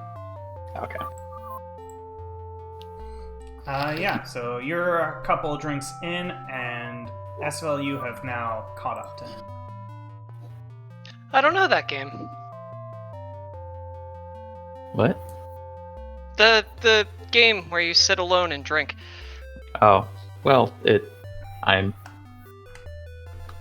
proficient at it, so it's not nearly as fun as when you have someone else. Would you? Esfel will flag down the bartender before this. Yeah, before the rest of that line goes. That's good, because that was just going to be What form are you in right now, Esfel? Say again, I'm sorry? What form are you in? Merfolkvel.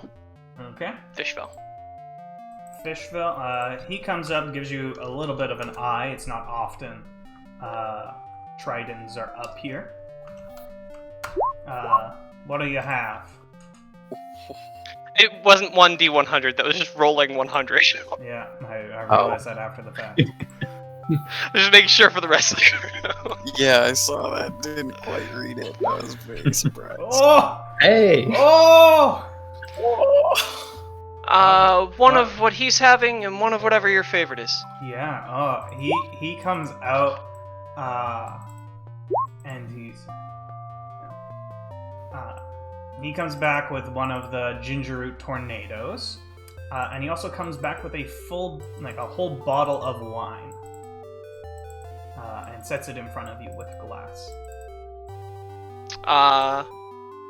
We'll start by sipping whatever the ginger root tornado thing is, and then pour a glass of the wine. And he did not charge you for either of those.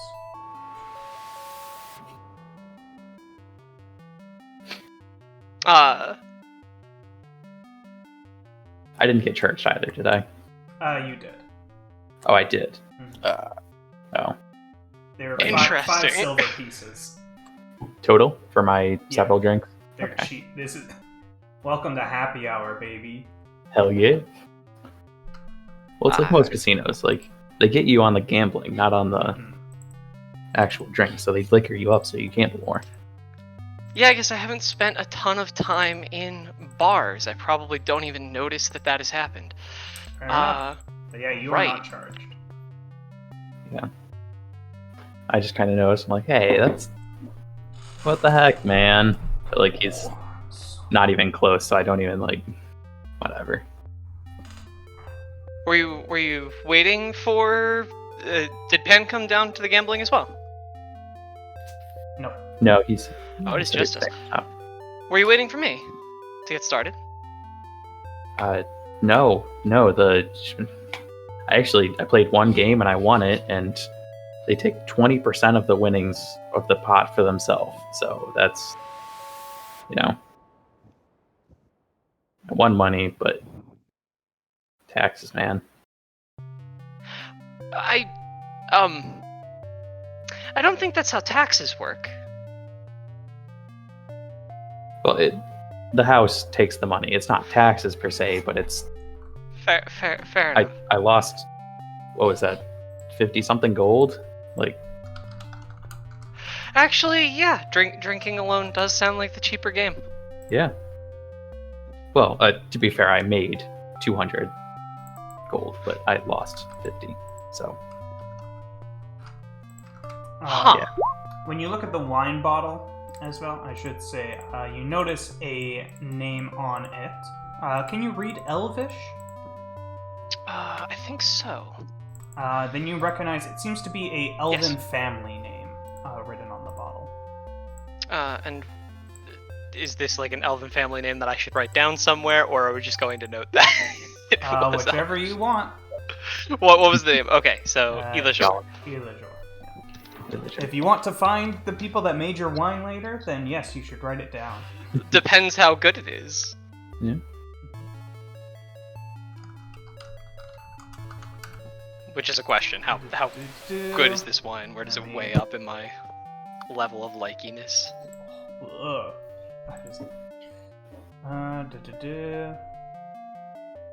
Man, these random review generators are wild.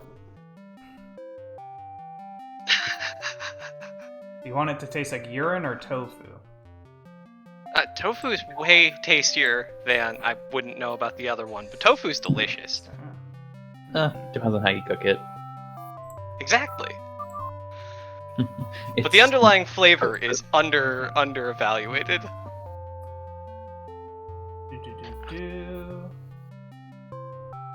Man, wine reviewers are the worst. I hate these people. Berries and chocolate. This wine is With not... a long finish. This is not for the faint of hearted, Esvel. The palate in particular borders on the austere. The intensity of the flavors, however, as well as the evolution that the wine shows in the glass, are just great. Flintiness, almonds, a bit of honey, freshly plucked apricots, and a floral purity follow each other in rapid succession, carried by a razor-sharp acidity. There is a sense of linearity, a tanginess that makes it remarkable. It has something of an almost naked burgundy, tight, one-track-minded, but offering intensity and character all the way. You expect it's not to everyone's liking at first, but give it time. Probably would be most memorable with a hearty dish. And as you think all those things, make a Constitution saving throw. Naturally. Oh, where are we? You said so much, and yet you said nothing. Nothing was said. I'm guessing that's a fail. Oh yeah, you're tipsy. Does this operate the same way as previously? Oh yeah. You now have advantage on all charisma-based checks and saving throws. As Vel is sipping the wine, she turns to you and goes, "This is pretty good. Wine reviewers are shit." I wouldn't know much about it. I met one once. It was a long voyage out to It was a long voyage. Mm-hmm. They insisted on traveling with their cargo, and they were very adamant about everything. Yeah. Sure. I'm gonna get another drink. Something a little bit stronger this time around. Or just ask for like a double of the ginger tornado, whatever. Do you want a double or a random? Something stronger. Stronger? Can You can get the night going. Yeah.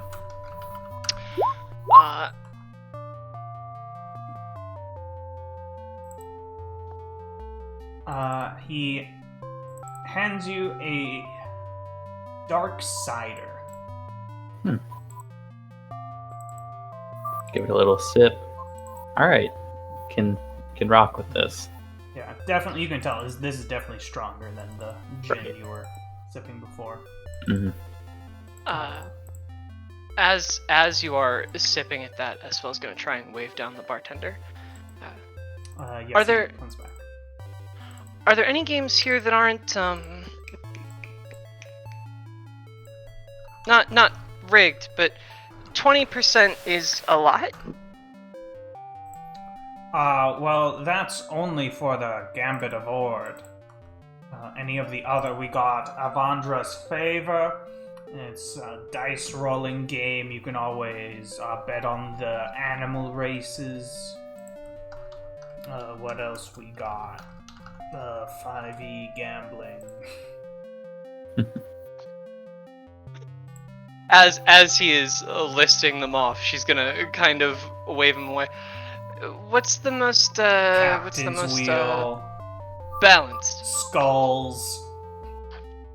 I that's my favorite dice game. Skulls. That's the whole name.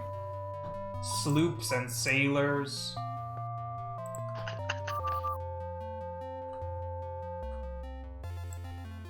See if I can find more. Esfel kind of turns to Will with a shrugging, inquiring look. I don't know. I've never actually been one for gambling. I just thought I'd try and have some fun, you know? When in Rome or a giant round boat? Mm-hmm. Exactly. You're told, like, the animal races are definitely just the most, like, you just bet on an animal. There's no, like, anything you do, you just watch. That is the most just, like, luck-based.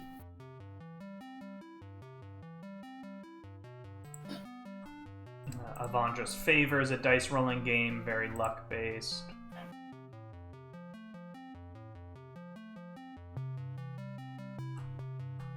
But, yeah, no, if you don't want to gamble, you definitely don't have to. Yeah.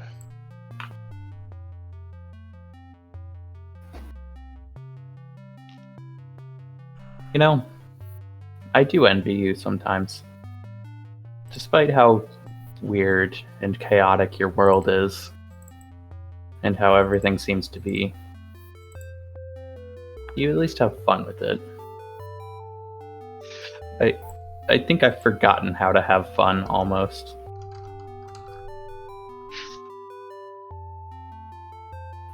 If I even knew how, honestly.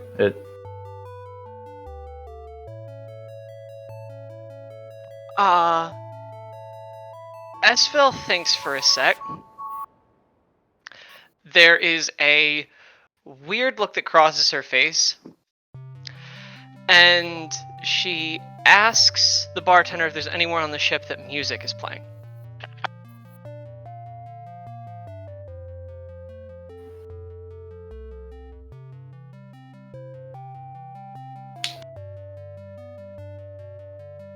Oops, I was muted. You want music? She's looking for a place where it would be conceivable to get Will to dance after that particular sentence and the fact that he's drinking something stronger. Yes. Yeah, you walk out of the casino, and it's kind of into this larger foyer area where there's different forms of entertainment.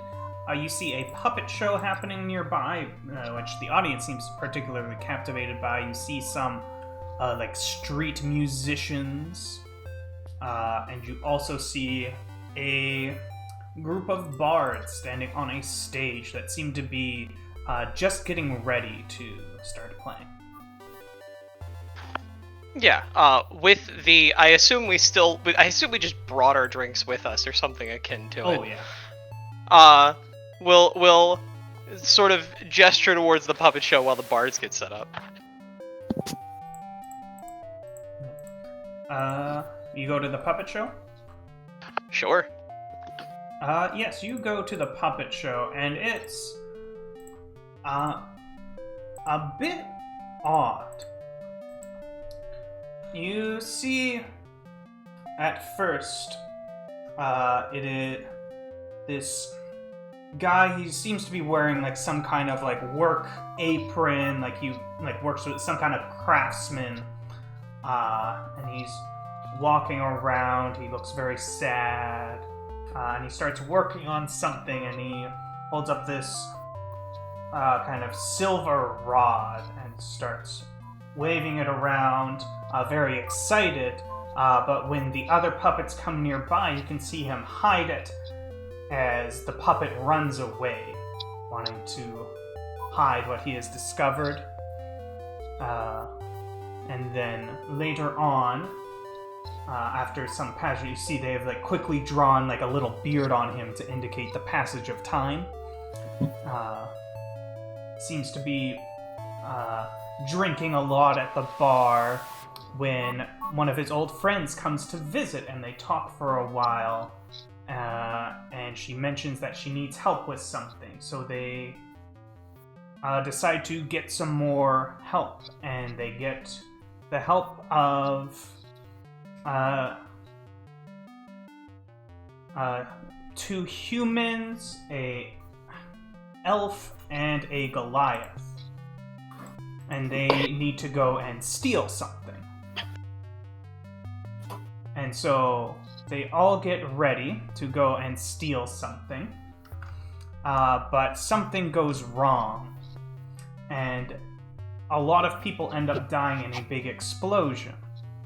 But they manage to get out.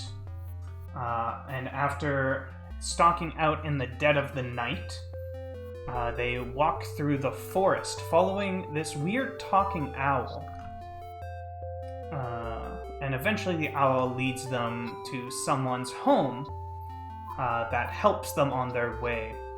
And while they walk through the forest, they come to an inn. But when they go into the inn, they seem to be stuck and can't get out anymore. And they leave one of their comrades behind, as he does not want to travel with them anymore. Got too busy with his research.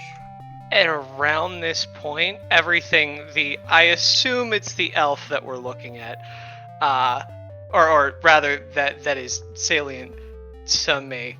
It's one of the humans. Every time one of the humans does something, I'm going to minor illusion to make it look slightly cooler in whatever way I can. Fair enough. And they go downstairs and they start fighting stuff. And you see, like, they're just, like, holding wooden swords or whatever. And suddenly the one human has, like, short hair. You can tell this puppet, definitely a human. And you see their sword grow, like, twice as big and smack this demon as it explodes with confetti. When suddenly this almost caricature creature comes out, and they give like this cackling laugh. And this caricature ends up helping the party, gives them a place to rest, but he needs them to do something. This used to be his home and needs them to clear some of the stuff out. And so they go exploring in this underground, underneath this place they've gotten stuck in, and fight lots of different creatures, and get to the end, and the caricature is holding this box and tells them that the box will help them, but they need to break open the box first. So they all break the box, and there's a big explosion. Again, represent always confetti. They have more confetti than you've ever seen in your life. And it's all raining down, and one of the elves starts crying, and then the curtain is drawn, and you hear someone from behind the screen say, "Intermission." And everyone starts kind of milling about again, going to probably get more food or drink. And that statement is directed at Will. Just, Almost since the first explosion, Will's just had his head in his hands, just like basically doubled over. in a good way or a bad way? I don't even know. Not good. Esfel's gonna He's not hop enjoying up. this moment. And, okay, Esfel's gonna hop up and run over to the guy who is doing the puppeting. Where did you hear that story? One moment. Oh. I think I found the song I wanted. Oh, here we go. Or learn that story is what she would say, probably.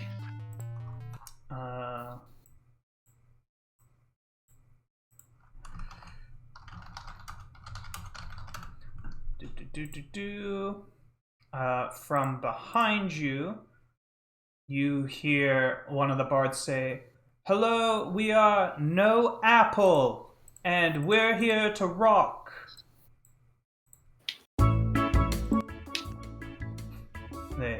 They start doing this. Is the one on the steel drums like? Does he have dreads or something? No dreads, but he is into this. Mm-hmm. Like everyone else is like pulling. They seem very focused on their music, but that guy is just jiving. He's vibing with the universe right now. So Esfel, you go like behind the stage. Yeah, wanna figure out who. You don't see anyone. There's no one back there. Okay. Nope. Fuck. Do I have something for this? Not at the moment. We'll look around for a moment longer, assuming I don't see anyone back there who would have been performing this, and I'm not able to discern any of the performers. We'll head back to Will, I guess. Has anyone stayed around during the intermission near us? Yes, there was probably like 36 people. It seemed to be a quite popular show. At least half of them have left to go get refreshments, but half of them are here. There's quite a few. I'm just gonna poke a nearby person and be like, "Hey, sorry, I dozed off for a minute. Could you recap like the last 10 minutes of that story for me?" Last 10 minutes? Well, there was this guy. He had this little cowboy hat. It was real cute, just like the one you're wearing. Oh wait, do you have your hat? No, Hell has my hat. Oh yeah, you would look great in one of them. Yeah. No, okay. And he invented something, but wanted to keep it hidden for some reason. Okay, no, that's. I think I actually got everything then. Thank you. Oh, No. okay. I just wanted to make sure that we saw the same thing. Yeah, yes. No, it's okay. Why would it be different? Don't worry about It's it. a puppet show. Yep.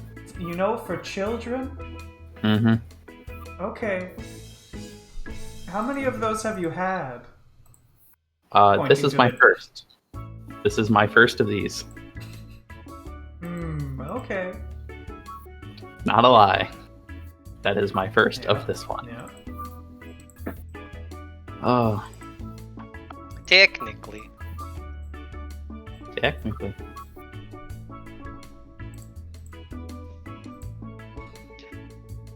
So that was. Yeah. That was. What did the puppeteer have to say about it? There was none back there. Oh, do you think this is that big guy? Your big guy? Oh. That would be a little weird considering how evil and demonic he made himself look. I mean, he has to have some semblance of self-image, right? Like, Right, but he's specifically going for trickster god, not murder god right now. Like that's the image he's trying to cultivate. It's the thing he wants to be like into. Yeah, but no one knows that first part. Yeah, or the second part, or the third part. I mean, like, I've maybe told you guys about that first part. Well, there's one other person who would be close to knowing. But he wouldn't know the rest, right? Right. Okay. I almost want to stick around, see if they know more.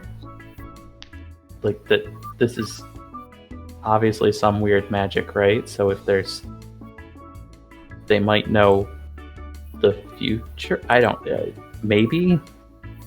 I don't want to have to sit through this, but I also want to see if there's more. Not a fan of puppets, huh? Not this one. That's fair. I'm... They did get the hat really accurate, though. No, it just makes me sad. Okay. I like that hat. Hang on. It's only gonna move once every 6 seconds, but Esbel is going to minor illusion the hat onto Will.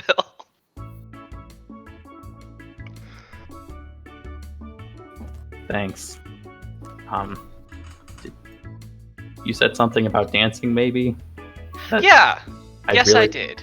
That's really sort don't of... want to, but it sounds better than this.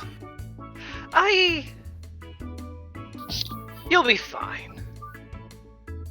And starts pulling him towards the stage. Go ahead. Okay. I really, really don't want to.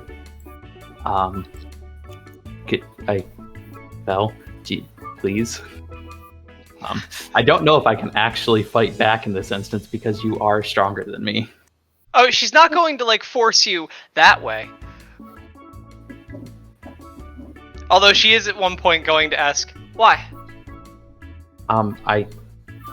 There's other people, and I'm no good, and I don't dance. None of those things matter, though. They actually really do. Why? Because I don't want to. That's circular. No. You said that the reason that you didn't want to do it is because you don't know how to and there are other people around, right? Right, so I'd look like an ass. So what? Look like an ass now and again.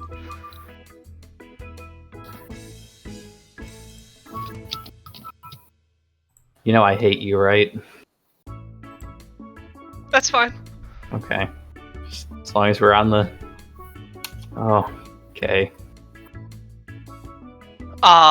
And at this point she's going to say, don't worry about it, and is going to cast suggestion with that. Oh no. Wisdom save? It's in the text, let me grab it. Yes. Oh. I'm wise as fuck. Yeah. That's So why I know this is a bad idea. You're welcome to still worry about it. And while you still worry about it, both of you make a performance roll for me. Oh, brilliant. With it... no. Esfel, you get it with advantage. Just through the sheer virtue of confidence. Doesn't matter, baby. I was gonna say through the sheer virtue of being kind of drunk. Yes. I slam my drink before we get out there. Oh, give me another roll. And a constitution save. Oh, yeah, you're both tipsy now. Much better. You're fine. Do either of you want to describe your dancing, or just want to say you are dancing? Well, to this... Like I dance? To this kind of music, right, it's probably more... It would probably normally be like just a kind of normal jamming thing that isn't normally done with someone else. But seeing Will feeling awkward, it is going to turn almost into more of like a barroom kind of thing, so that she is able to specifically manipulate his body a little bit and like force him to get into it.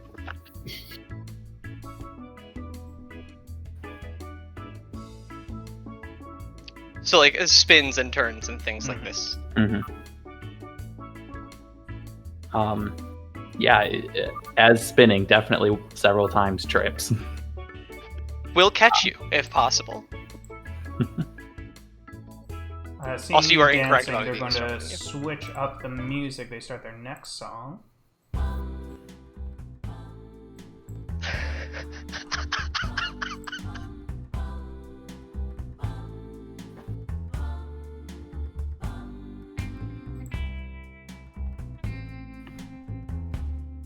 This is a very wide-ranged band. Very skilled. Yeah, Guy on the steel drums is really killing it this time. yeah. He somehow makes it sound like a guitar. That's crazy.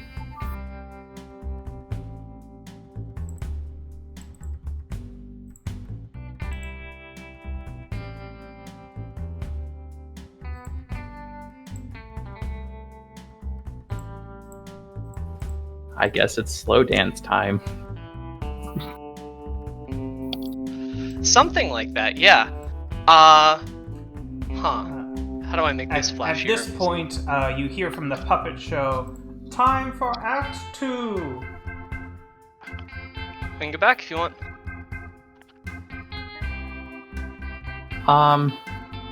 Let's maybe after this song. I don't. Sure. Yeah. There's a lot of stuff I don't want to see.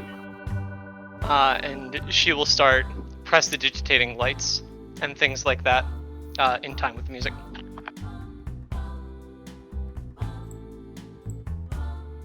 Let's see what this song's like.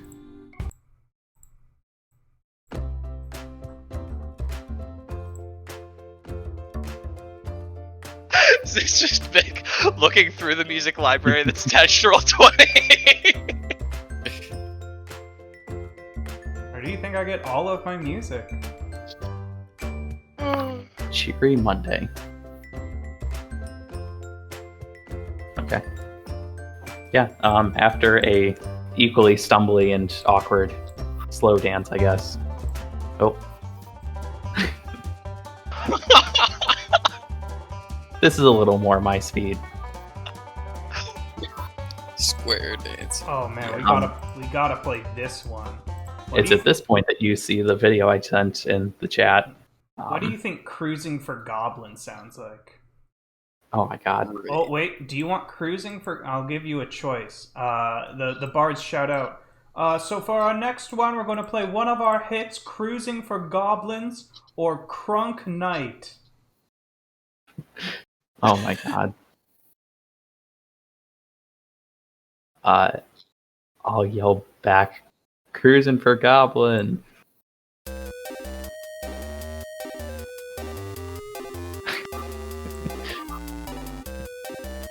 I'm honestly just impressed at this point. They're so versatile. yeah. And Didn't know They they just have a didn't warboard up there. D&D. A lot of bands really limit themselves by like a specific genre. No, they're very, very free range.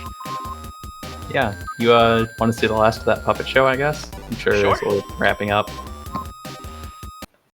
And as we head back, now that it is actually possible to have drink in hand, we'll pour ourselves another glass of wine. Make a Constitution saving throw. As one does. Where are we? Normal this time.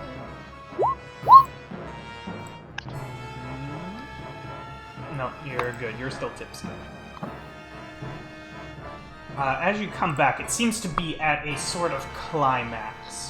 And you see the party as you saw it before, but now that with the addition of some creature with these large black wings. And you also see two people that look like a human and a trident that seem to be facing off against this party. And there's a large battle, but the two escape into the water and run away, leaving the party alone, at which point they get onto this large boat go through a series of battles, and everyone is cheering for them, and you see gold being showered down upon them.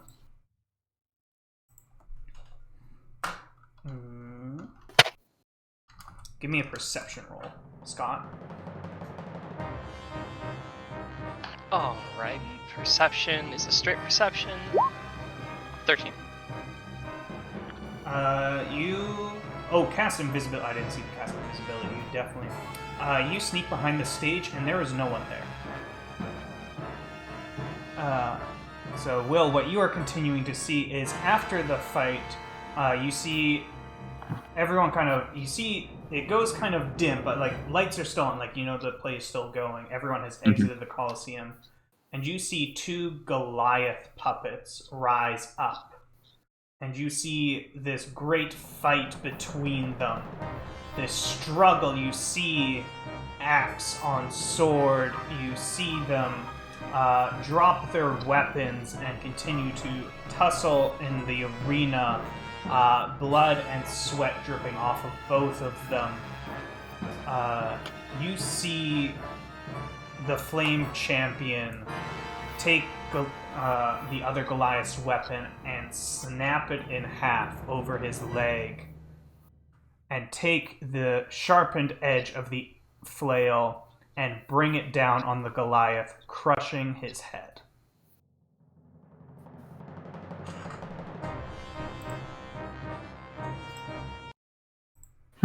And that's all we have for today. Thanks for coming to our play. Hope you enjoyed it, kids. Make sure to leave tips at the front, and you see like a little bucket at the front.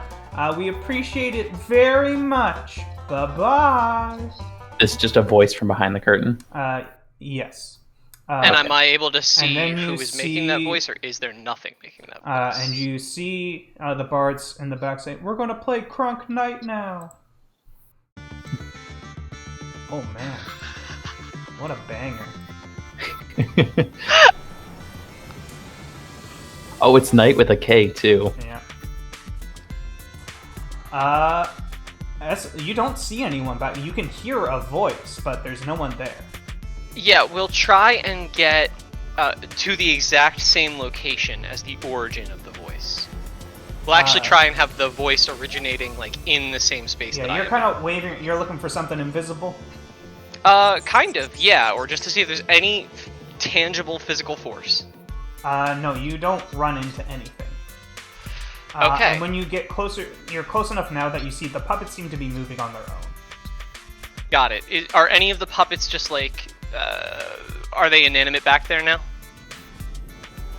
Well, there's 2 puppets still giving bows to everyone as they're waving, giving bows. But you also see a bunch of puppets on the floor, which are inanimate.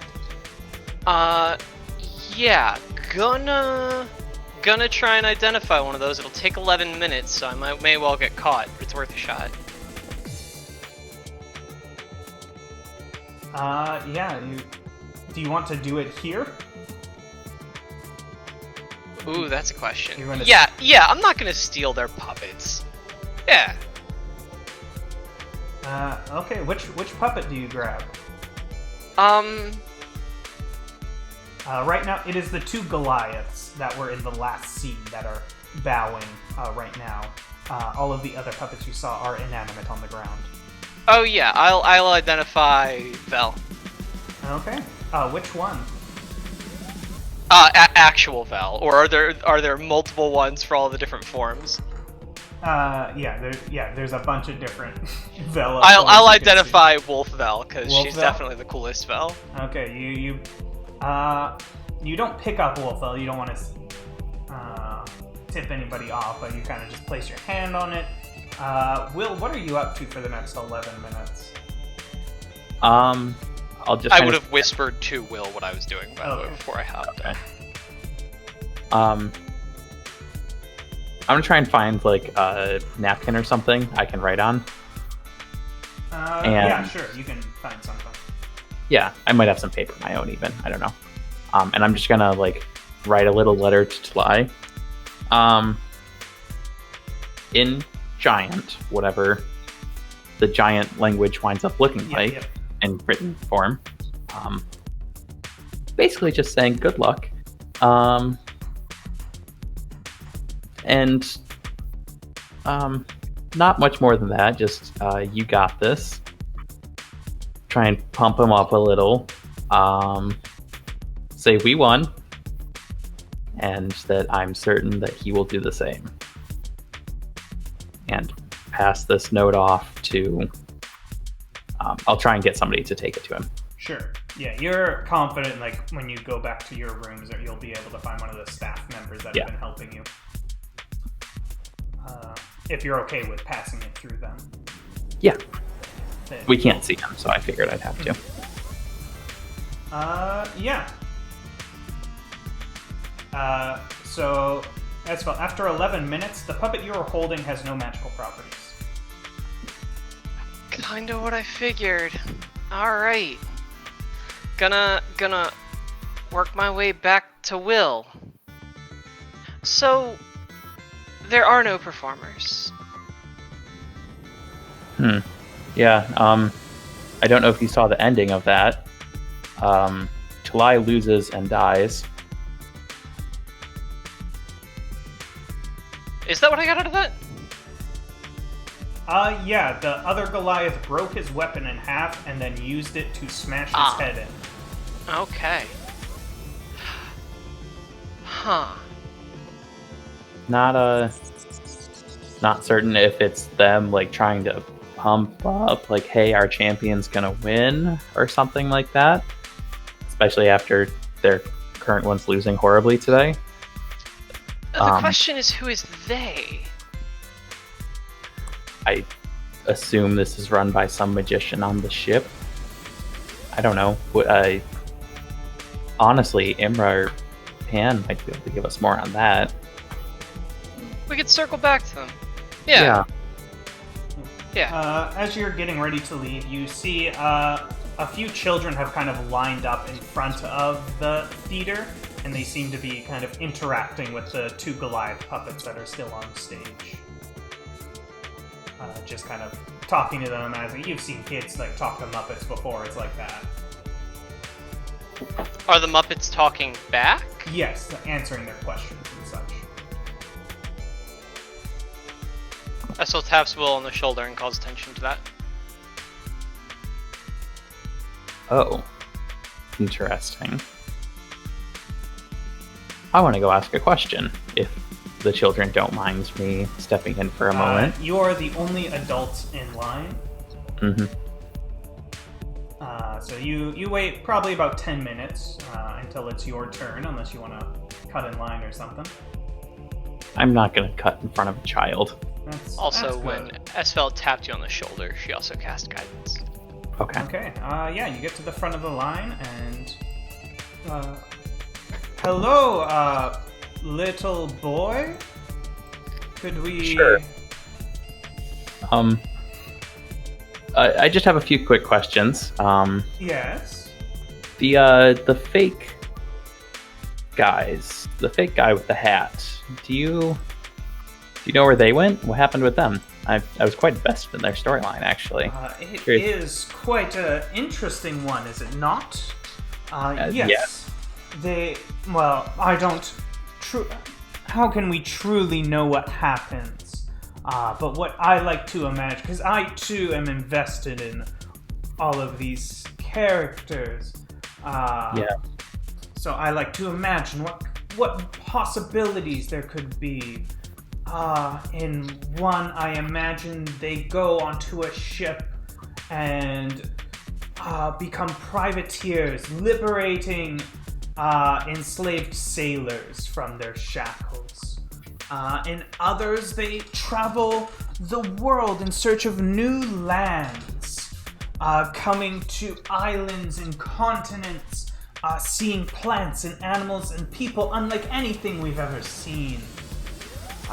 In others, they are caught and brought to justice, sometimes before a court of law, and sometimes to the point of a sword. Okay. And these, you two that I'm speaking to right now. How do you know this is how it played out?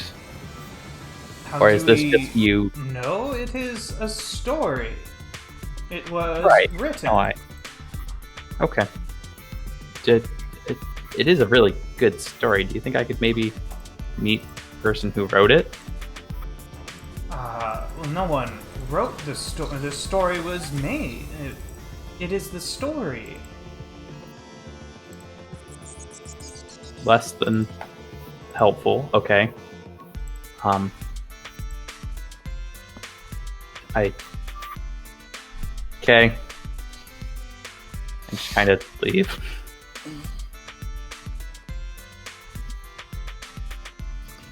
What Say, about you, fish person? Yeah.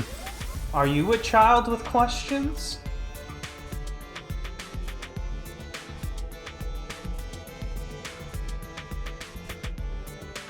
Sorry, I missed that last. Do you have any questions, large fish child?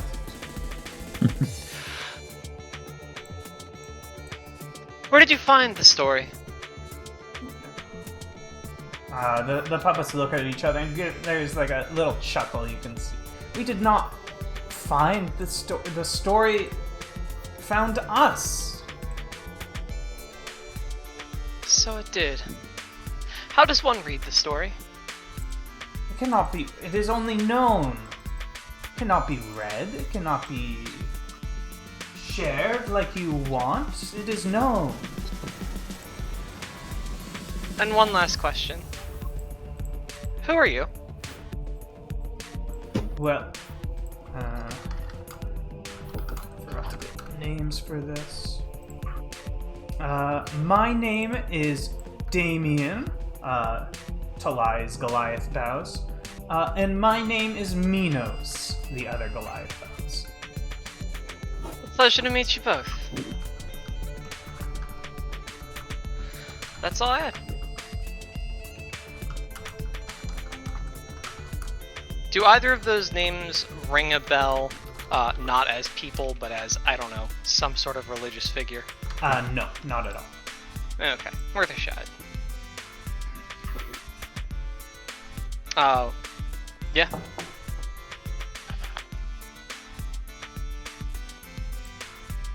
Well, I'm deeply disturbed and don't know if I've actually learned anything tonight, but It feels like I should have learned something. yeah, I feel like I should have got something out of this. Oh well. Feels like I need another drink. Yes, I might chalk this up to a bad drink. Going...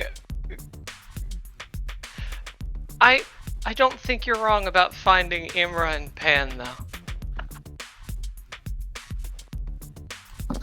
They seem to be more about the actual magic stuff. They might know more about this than either of us.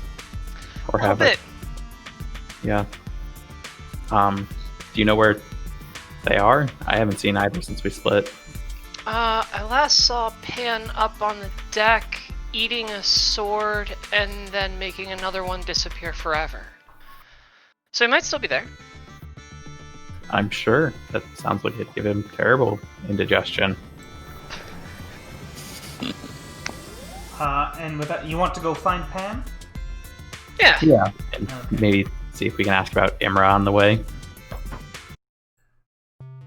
So Pan, we are back to you on the top of the Colosseum boat.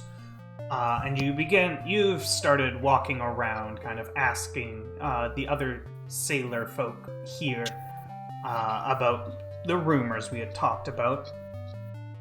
Give me an investigation roll. Coming right up.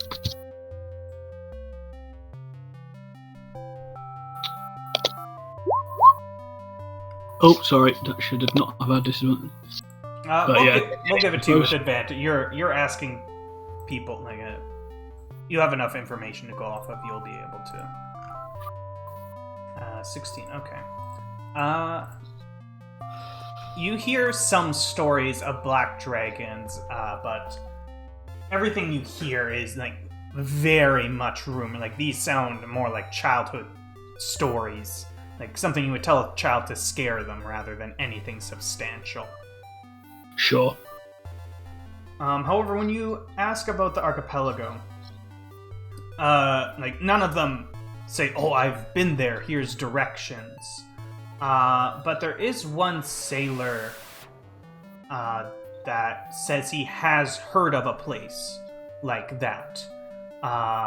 A series of islands with stone towers guarded by angels that was set up there to protect the world from demons. And he knows it is to the east of here. Interesting.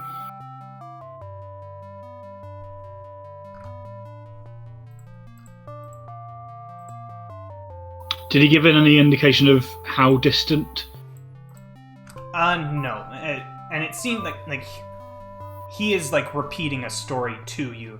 Like the way he said it's like you go until you reach the sunset, and then you'll find the Isles. Or sunrise. Sorry. Or Fantasyland. It could have been a sunset. Which sun? There are 12! Haha! Got him. Sure. Anything else you want to do while you're on the roof? No, that would have been it. Otherwise, I would be doing the usual Pan thing of just enjoying the night air. Check something for Imra. You need a conjuration wizard, right? That's what I told you? Yeah. Yes. At some point, you're making your tea, drinking it. You've been led to your quarters. They are quite nice. They're not like lavish royal quarters, but they are like you have your own bed. There is a desk there that has paper and different materials for you to write things down or read your books on. There is a closet where you can put your belongings in. Very much above average lodgings, especially. Probably the nicest place you have been in a long time. Oh, yeah. And there is a knock at your door after some time. I will go open. Hello, sir. You were inquiring about a wizard? Yes, I'm Imra. It's nice to meet you. I hope... Oh, sorry. Good to meet you, Imra. And before you is one of the employees. I have been able to find a wizard on board that may suit your liking. His name is Braffolk. He is a halfling that has been traveling on the barge for quite a while. He enjoys the sea, enjoys the entertainment, apparently. Would you like me to set up a meeting with him, or I can tell you where he is staying, or is there anything else you'll be requiring? Nothing else. I'd just like to go see him, speak with him sooner rather than later. Yes, if you wish to meet him, his room is a ways away from you. Expect it'll take probably a 10-minute walk to get there. It's quite a large boat you're on. But you imagine you can find your way there now. Right. And I will, Do we all know, where we're staying? Did they just say, yeah? Yes, there are four rooms for you, all beside each other, and employees have, given you directions to this location. Okay. I will, I guess, leave a note on the desk or something. Say I'm out meeting with a wizard. Sure. And then I will go over to the wizard's room office? I don't know. Yes, he is staying in a room. Door looks similar to yours. Okay. I will just knock and wait patiently. You knock, and the door almost immediately opens, and before you, taking up the entirety of the door frame, is an earth elemental. Oh. Take a quick step back. Hello? It makes no response. Okay. Well, I'll just wait. After waiting a bit, you hear a voice. Reggie, is someone there, Reggie? Reggie, you can't just open the door. You stand there. You're much too big. You know that. And you hear him, some magic words casting, and a small door appears like in the earth elemental's legs, which then opens, and you see a halfling step out. He has bright red hair, which contrasts very well with his very bright green eyes. He's wearing white robes, and looks up to you. Yes, hello, but can I do something for you? Yes, I think you are the wizard that I was hoping to see. I have an interesting problem that I would appreciate some help with. Well, maybe we can swap problems, eh? Come in. And he walks through his small door. Is the door small enough for me to, like, crawl through? You could definitely crawl through it. I'll crawl. Okay. Yes, and you come in and you see various piles of different kinds of dirt, basically all over the room. And he has moved over to a desk where you see considering all of the dirt in the room, a very surprisingly clean desk. It looks very well organized. You see several volumes of tomes on the desk that he has been leafing through, you imagine. So, welcome here, and who are you again? I am Imra. I was recent champion of the arena. Congrats! I didn't think the previous champions would be dethroned anytime soon. Apologies for missing your match. I thought I had a stroke of genius. Turns out didn't work out so well. Oh, it's quite alright. So I take it conjuration is your specialty? Yes, conjuration. Specifically, I am trying to raise an army of earth elementals. That is quite the goal. Thank you.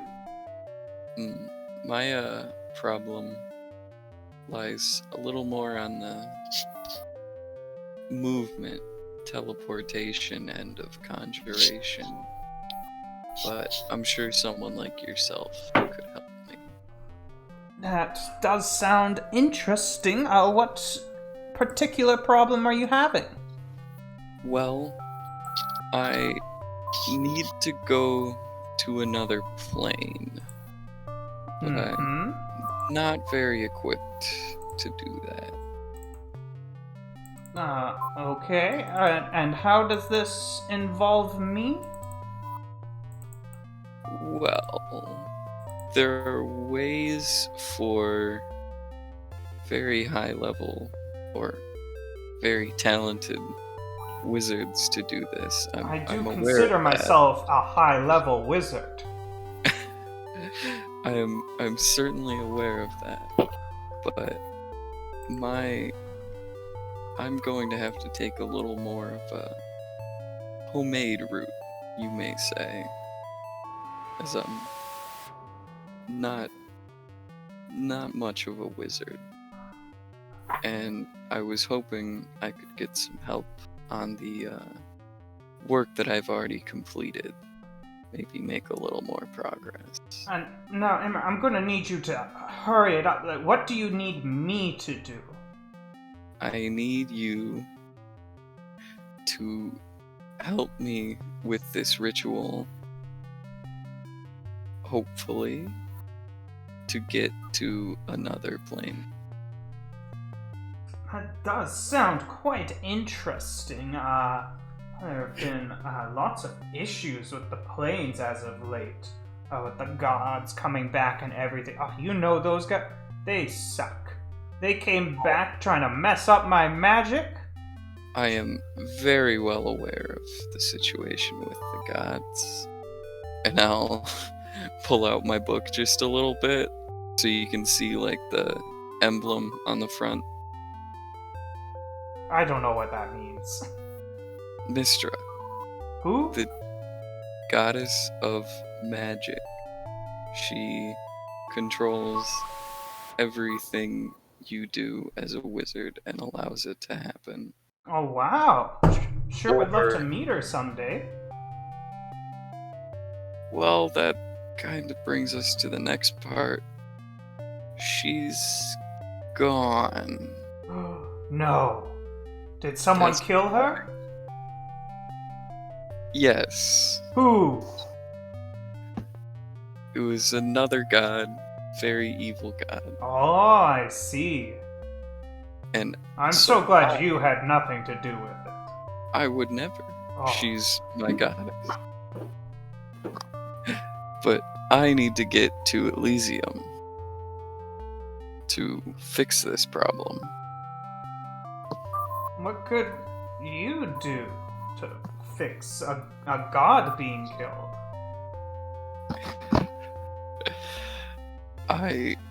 I'm not sure, but I can do something. I know that I've met some other people who have insisted that I can. Well, that's good for you, Imra. I wish you the best in whatever you do in Elysium, and I hope I can help.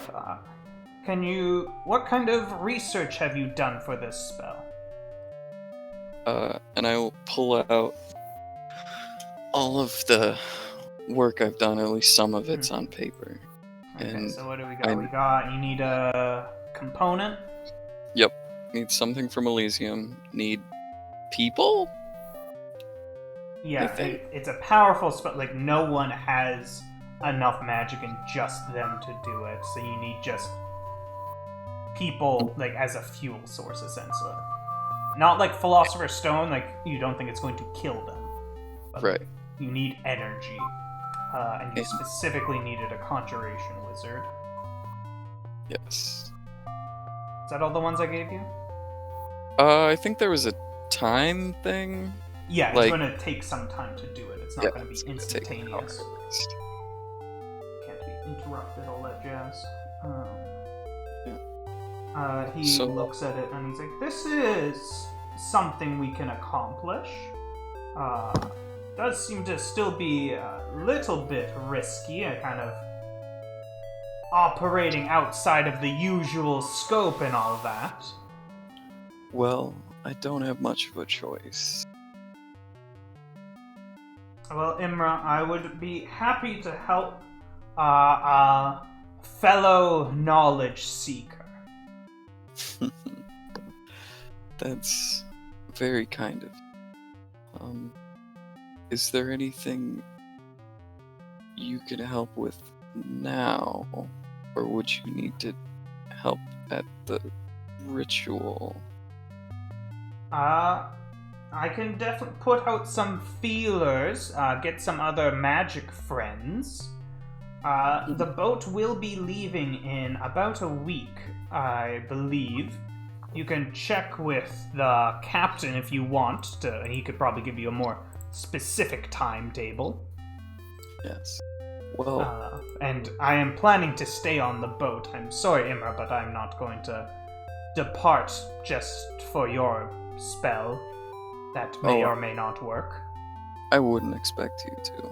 I think me and my companions can find a way to get back here?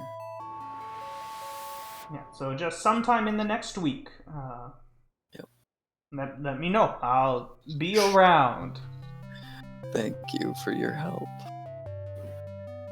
I'll crawl back out. And as you crawl back out, Reggie, why are you still standing there? Dear Lord, we had a guest.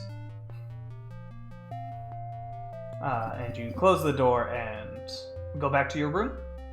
Yep. I imagine in quite high spirits. Mm-hmm. Let me check this guy's name. Braffolk. Very high spirits. And we'll say Will and Esvel, you have gotten to the top of the arena now, and have encountered Pan. How's the sword treating you? I have indigestion.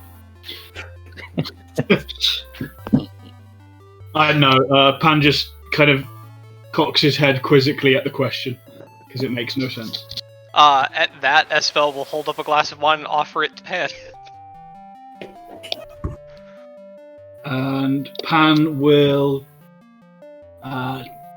thank you, but no. Fair enough. We saw something interesting. Will, do you want to take this, or...? I suppose, yeah. So we went and tried to have some fun, doing things people do. We found this puppet show that they had that told our story from the beginning all the way to tomorrow. Everything. The R part is what makes it interesting, because it basically followed the party. I don't think, did you see any of the time that we spent alone, the heist? No, that was sometime during the Cruising for Goblins, I believe. Or yeah, if might they not have did been that, shown. you missed it. Because you specifically skipped part of the puppet show. Yeah. Right. That I'm is wondering true. whose story it is, personally. But anyway. Because it did seem to start with me. And it's basically started in the workshop when I first came up with these weapons. Mm-hmm. And And it went into the future, but didn't follow you to Gilgar. it only went into tomorrow with Talai's fight. Whereupon he loses and gets killed, by the way. And the rest of this show was accurate. To a T. Weirdly so. That is troubling. It is no secret that we are watched by many powers. Some of which are more of the theatrical bent.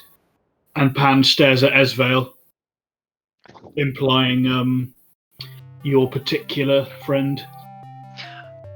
Well, it's very flattering for you to call me a power. But, if I had to guess, the only person who knows about all of those experiences would be Talai.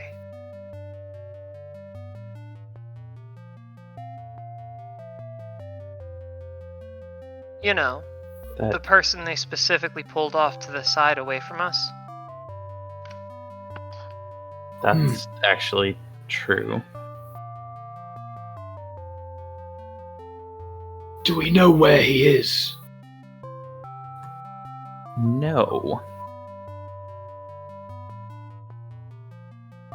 If I knew where he was, I could see him. We could ask where they're keeping him. Are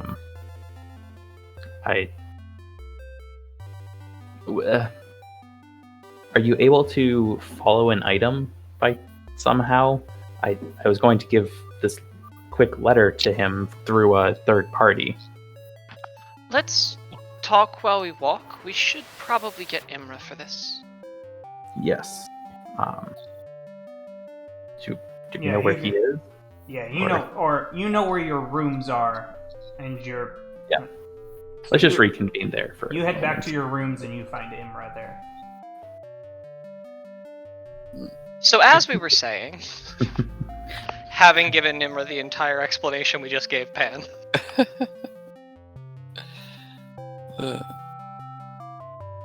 Well, I don't know what to make of that. Us either. Huh. I think the concern for Talai is well founded. Yes, but what would we do? I Your don't. question about me following objects and seeing things along that manner, I believe it is something I will be able to do, but not currently. But if I know his location, then I may see something.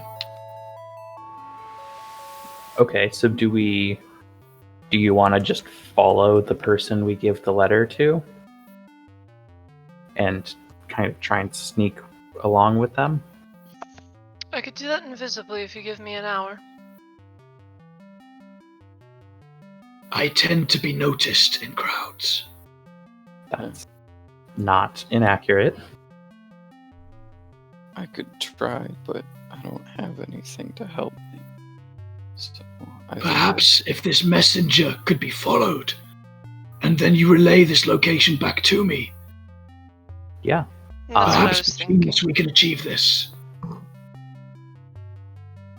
Yeah, how about I flag someone down and get them to take me to his doorway so I can, like, say hi or something, you know?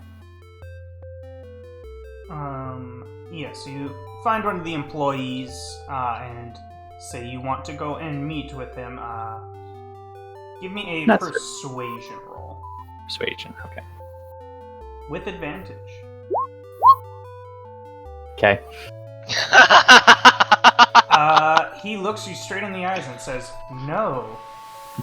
Could I give you this letter and go along just to make sure it gets delivered safely and without you reading it? I'm sorry, sir. You're I don't have to welcome- see him. I don't have to talk to him. I just want to go with you and make sure he's okay. I'm just trying to follow protocols. The boss is real keen on making this fight tomorrow a big spectacular. I would get real upset if he found out I let anyone near the competitor. I'm going to speak into his mind for a second. We have come such a long way for you to take our friend from us, regardless of tomorrow's events. We find ourselves in need to discuss things with him. It would not do you well to obstruct us in this. Roll intimidation with advantage.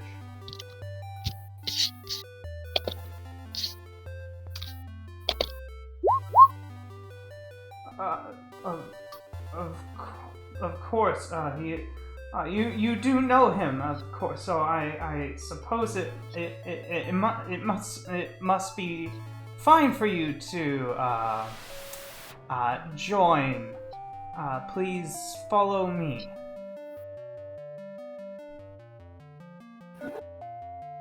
So whoever wants to follow.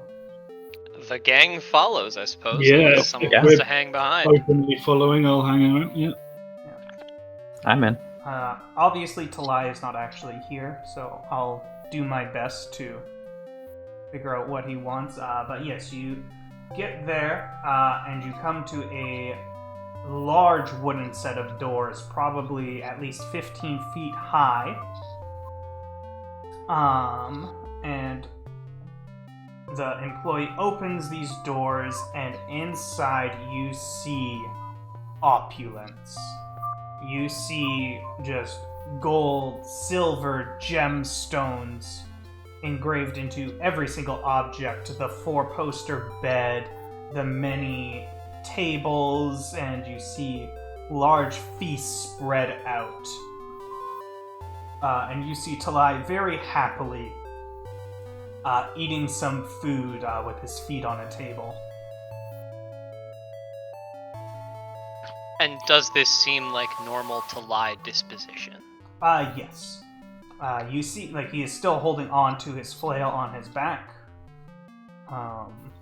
He appear, or you can make a perception roll, and I can give you more details, whoever wants to. Oh, there we go. Yeah, you notice. If this isn't him, like, it is exactly the same, both of you. Like, this is Talai. Mm-hmm.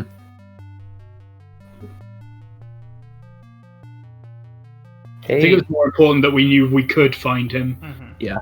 We just, like, good luck. Give you I have this, we won. I just kind of give it He up does there. not turn to you at all, and the employee informs you, there is a magical barrier, like, on this entryway, so he will not be able to hear us. Can you hand him this letter then? Yes. Shifts into Kalishtar. Sure. He Yeah, waves over tries- another employee Yeah. that's on, like, the other side of the barrier, and the employee comes over, and you see him cast something that allows the paper to be passed between the barrier, and he brings it to Talai, and he looks over, and you can see, like, gravy kind of dripping down his face a little bit as he gives you a big thumbs up. As Kalishtar will try and speak into his mind. You good? You feel like you got a connection, and he responds with I'm gonna be alright.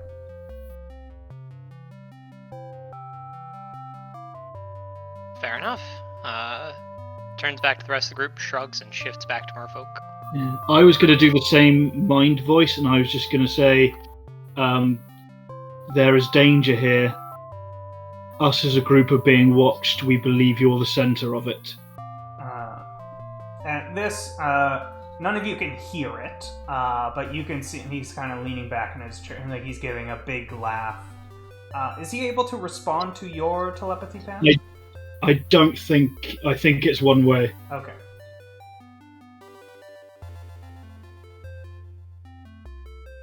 And you wouldn't be aware that I have two-way. Yeah.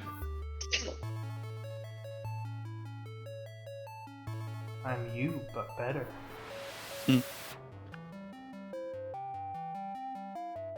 Not better than old Esville. I miss cats. Everyone misses cats.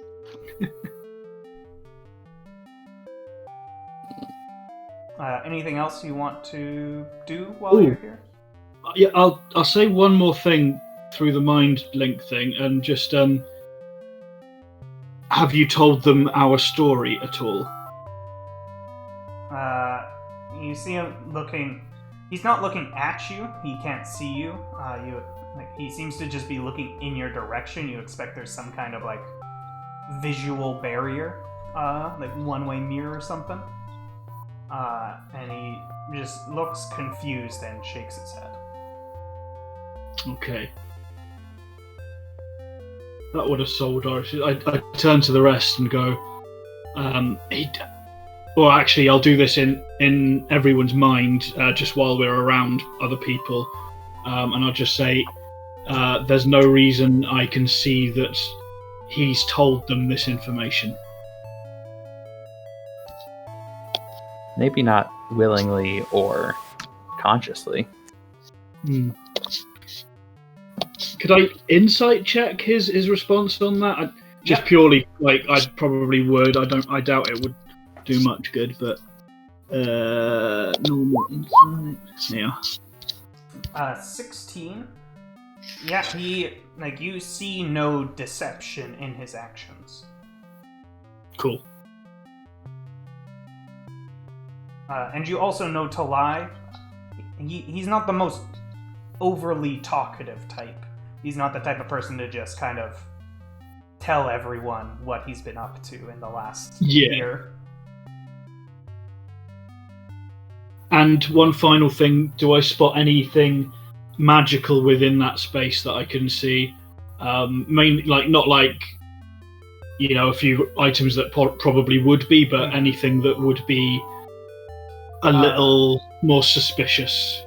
Nothing that's powerfully magic. Like you said, there are a multitude of magical trinkets in there. You see, magical cutlery in there. Maybe it cuts your food for you. You see some of the bed sheets are magical. Maybe they're extra soft or something. But all very low power magic. Nothing is giving off a strong aura. Sure.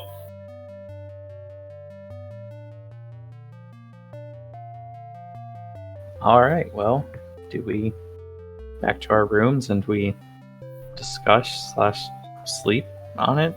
I guess. Onward. Just as you are about to leave, you see Talai stand up. And you see him walk towards the doorway. And he stops directly in front of you, Will, as he unwraps the mace from his back. You see him take the handle in his hand, pointing the shotgun into the air as he cocks it with a large grin on his face. And you see him mouth the words, "It's gonna be alright." Yep. Kalishtar, kick ass, merfolk. And he goes back to his large table of food.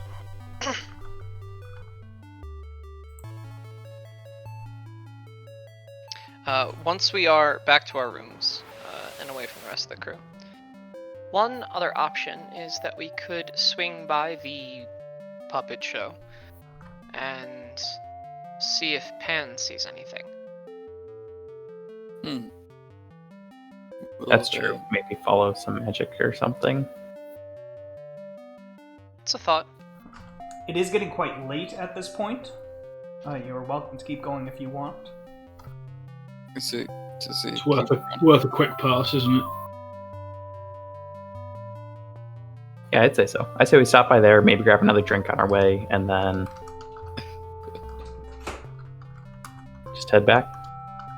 Asvel, still carrying this bottle in her hand and the glass in the other, pours herself another as they are standing there. Do you drink wine? Not regularly, but I have. She prefers the glass. What? As in, she hands you the glass if you want it. Oh, okay. Yeah, I'll take it. Yeah, anyone that wants to drink the wine, give me a Constitution saving throw.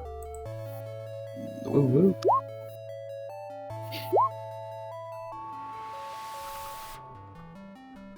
Okay, you are both now, buzzed. So you have advantage on strength and charisma checks and saving throws, and disadvantage on dex-based checks and saving throws. Alright, well, why don't you guys go check it out? I wanna...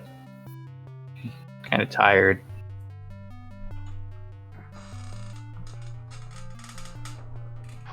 Alright.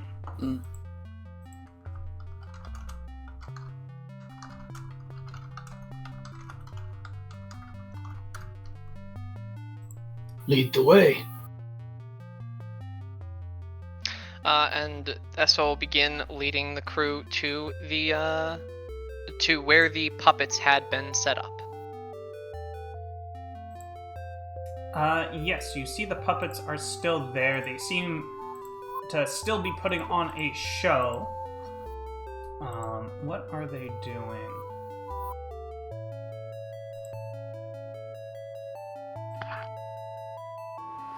They are telling the story of a werewolf, a demon, and a god.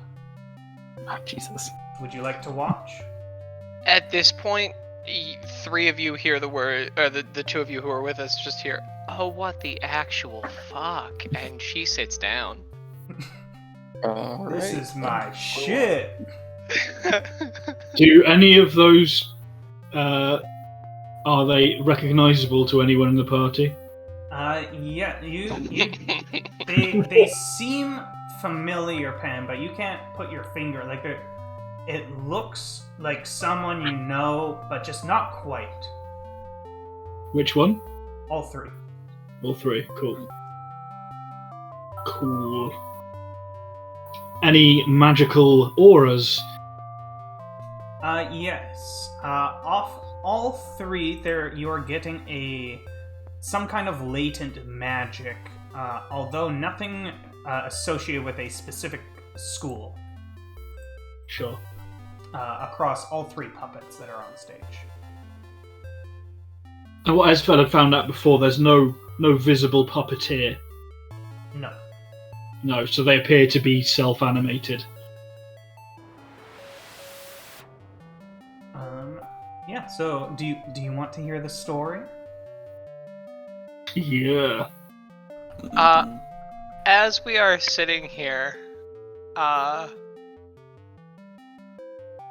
no, never mind. He's a little bitch whenever I ring him.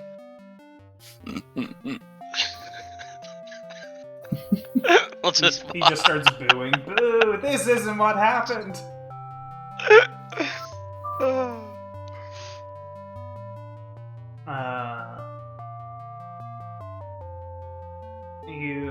You see they drop a little title card. And there's a cardboard hanging from strings. Looks like it was written very rushed, and it says, "The Last Night Out." Let's find some new music for this.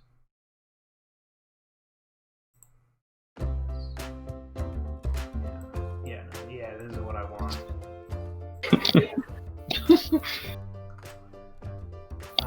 Everything sounds like The Sims.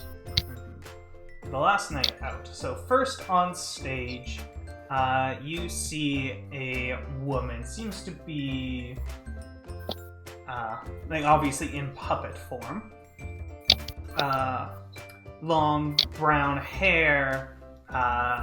Seems walking with a lot of spunk, which is very surprising. You haven't seen a puppet ever walk with spunk before, but that's definitely what's happening here.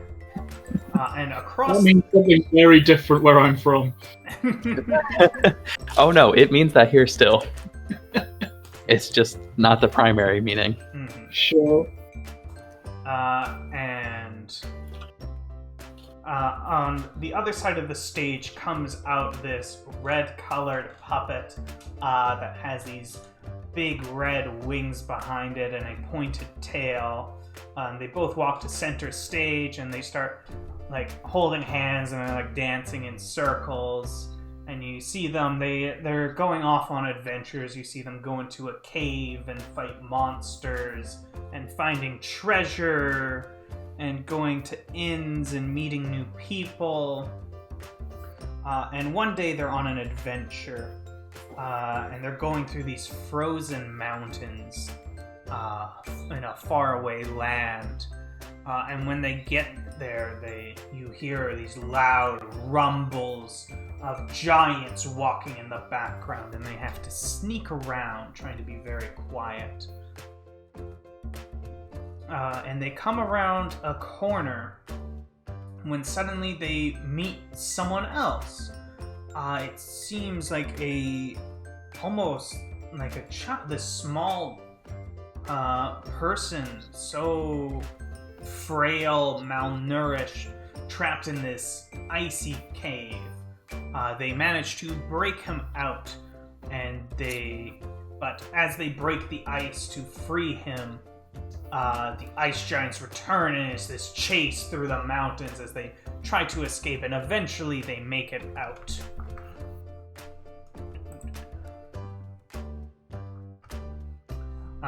And eventually, then the human and the red demon bring this new person to the nearby town, put them in a bed, give them soup, nurse them back to health.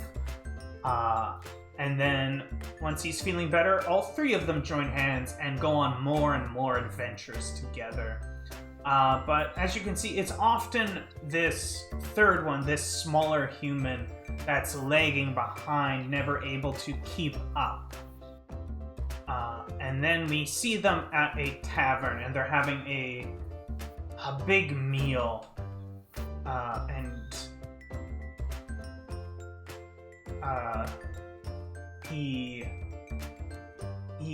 The young small one has a plan that he's sharing with the others, and they seem a bit unsure at first, and eventually they shake their heads in disagreement, at which point the younger one stands up in a huff and stomps off. At which point the owner of the establishment comes by with a bill, and the other two look very upset that the third one left without paying. And then we see them again, and we see they've quickly drawn on their hair again, so their hair is longer, to see that time has passed. And in a poof, we see this man. He's bigger now, stronger. And Will, you're not here, but Esfel, you recognize this as the caricature you had seen before from the other play. At which point, the human and the demon kind of hold up their hands to, snub him and walk in the other direction. And the caricature looks very sad, and the curtain falls. That's our show! By this point, Esfel is sitting with her hands in her head, or with her head in her hands. And once again, you see kids lining up. Much fewer kids. It's getting quite late now, but still some kids lining up to talk to what you see is the human and the demon. Esfel stands up and walks towards the stage to stand in line with the little kids with a really weird expression on her face. After it only took 5 minutes this time to get to the front of the line. Welcome. Good to see you again. You enjoyed our play so much you came back for another? That is one way to put it. Just out of curiosity, the plan, the very carefully crafted plan, I'm sure, that was put together by the small little boy. Can you tell me more about that plan? No, I don't know if anyone knows what the plan was. You don't know which god they killed? Who? Good chat. And Esfel just walks away.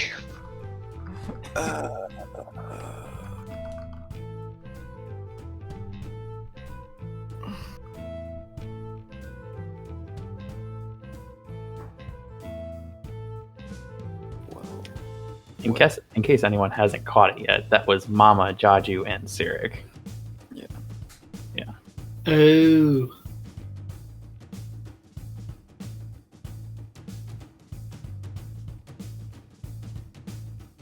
So, what?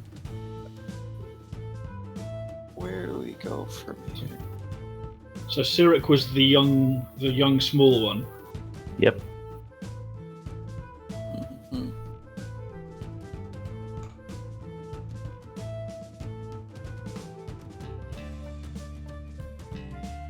You guys did see Jaju as the succubus, right? Mhm. Yes, Yeah. back in the wedding. Yeah.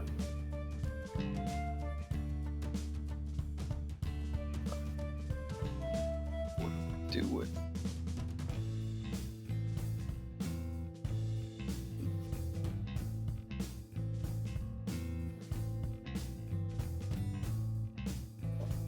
As you're standing there, I'm assuming in shock, the last of the children leave and the curtains close. And Pan, you see the latent magic disappear.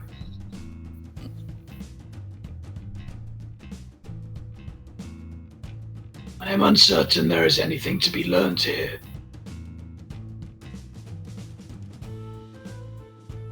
I really can't help with this one right now.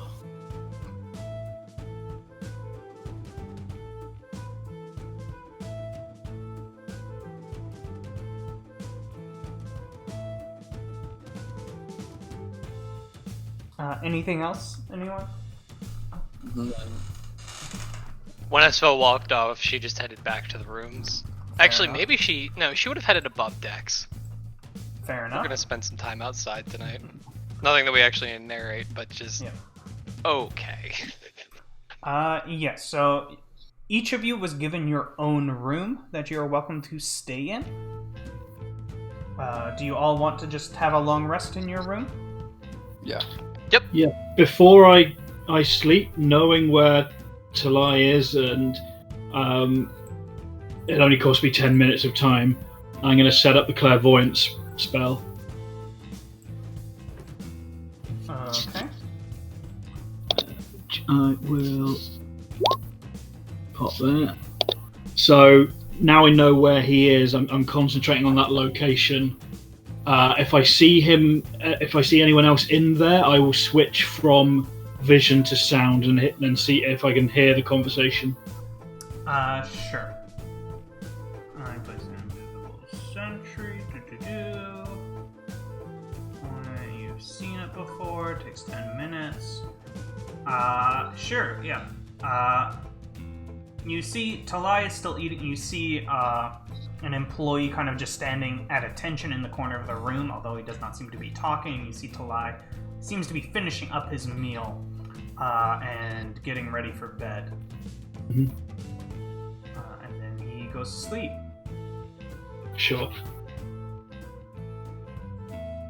Oh yeah, I can actually read lips as well from the observant feat. True. Yeah. Might No, apply as well. But obviously, not much to listen in on. no. That's fine.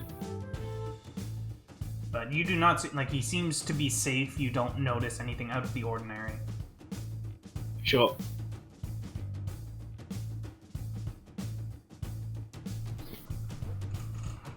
Before anything- I go ahead. actually get to sleep, when they do return, assuming our rooms are like right next to each other, They are. I'd like to stop by Esvel's room. Sure. It takes a bit longer because Esfel is up on deck. Mostly, I don't know, an hour. Yeah. If there's yeah, accurate. Sure. So about an hour later, Imra and Pan, are you going to sleep?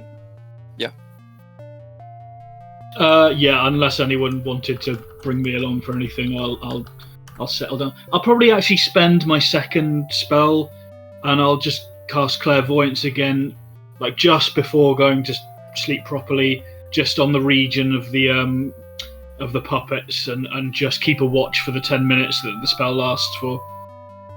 Sure. Again, I'm not expecting much, but Yeah, no, you don't. You see a lot of puppets not moving. yeah. Like a lot of puppets.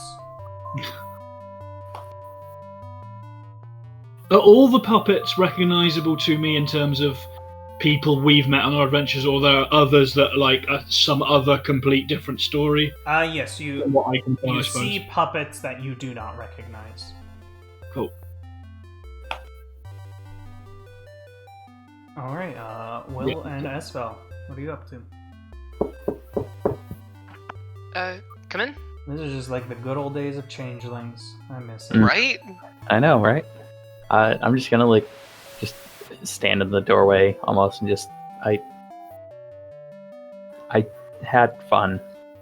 Thank you. Me too.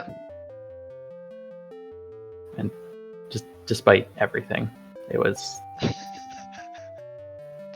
Oh, still don't by like the it, way, but they knew another interesting story. Okay, which one? About a succubus, a werewolf, and a god.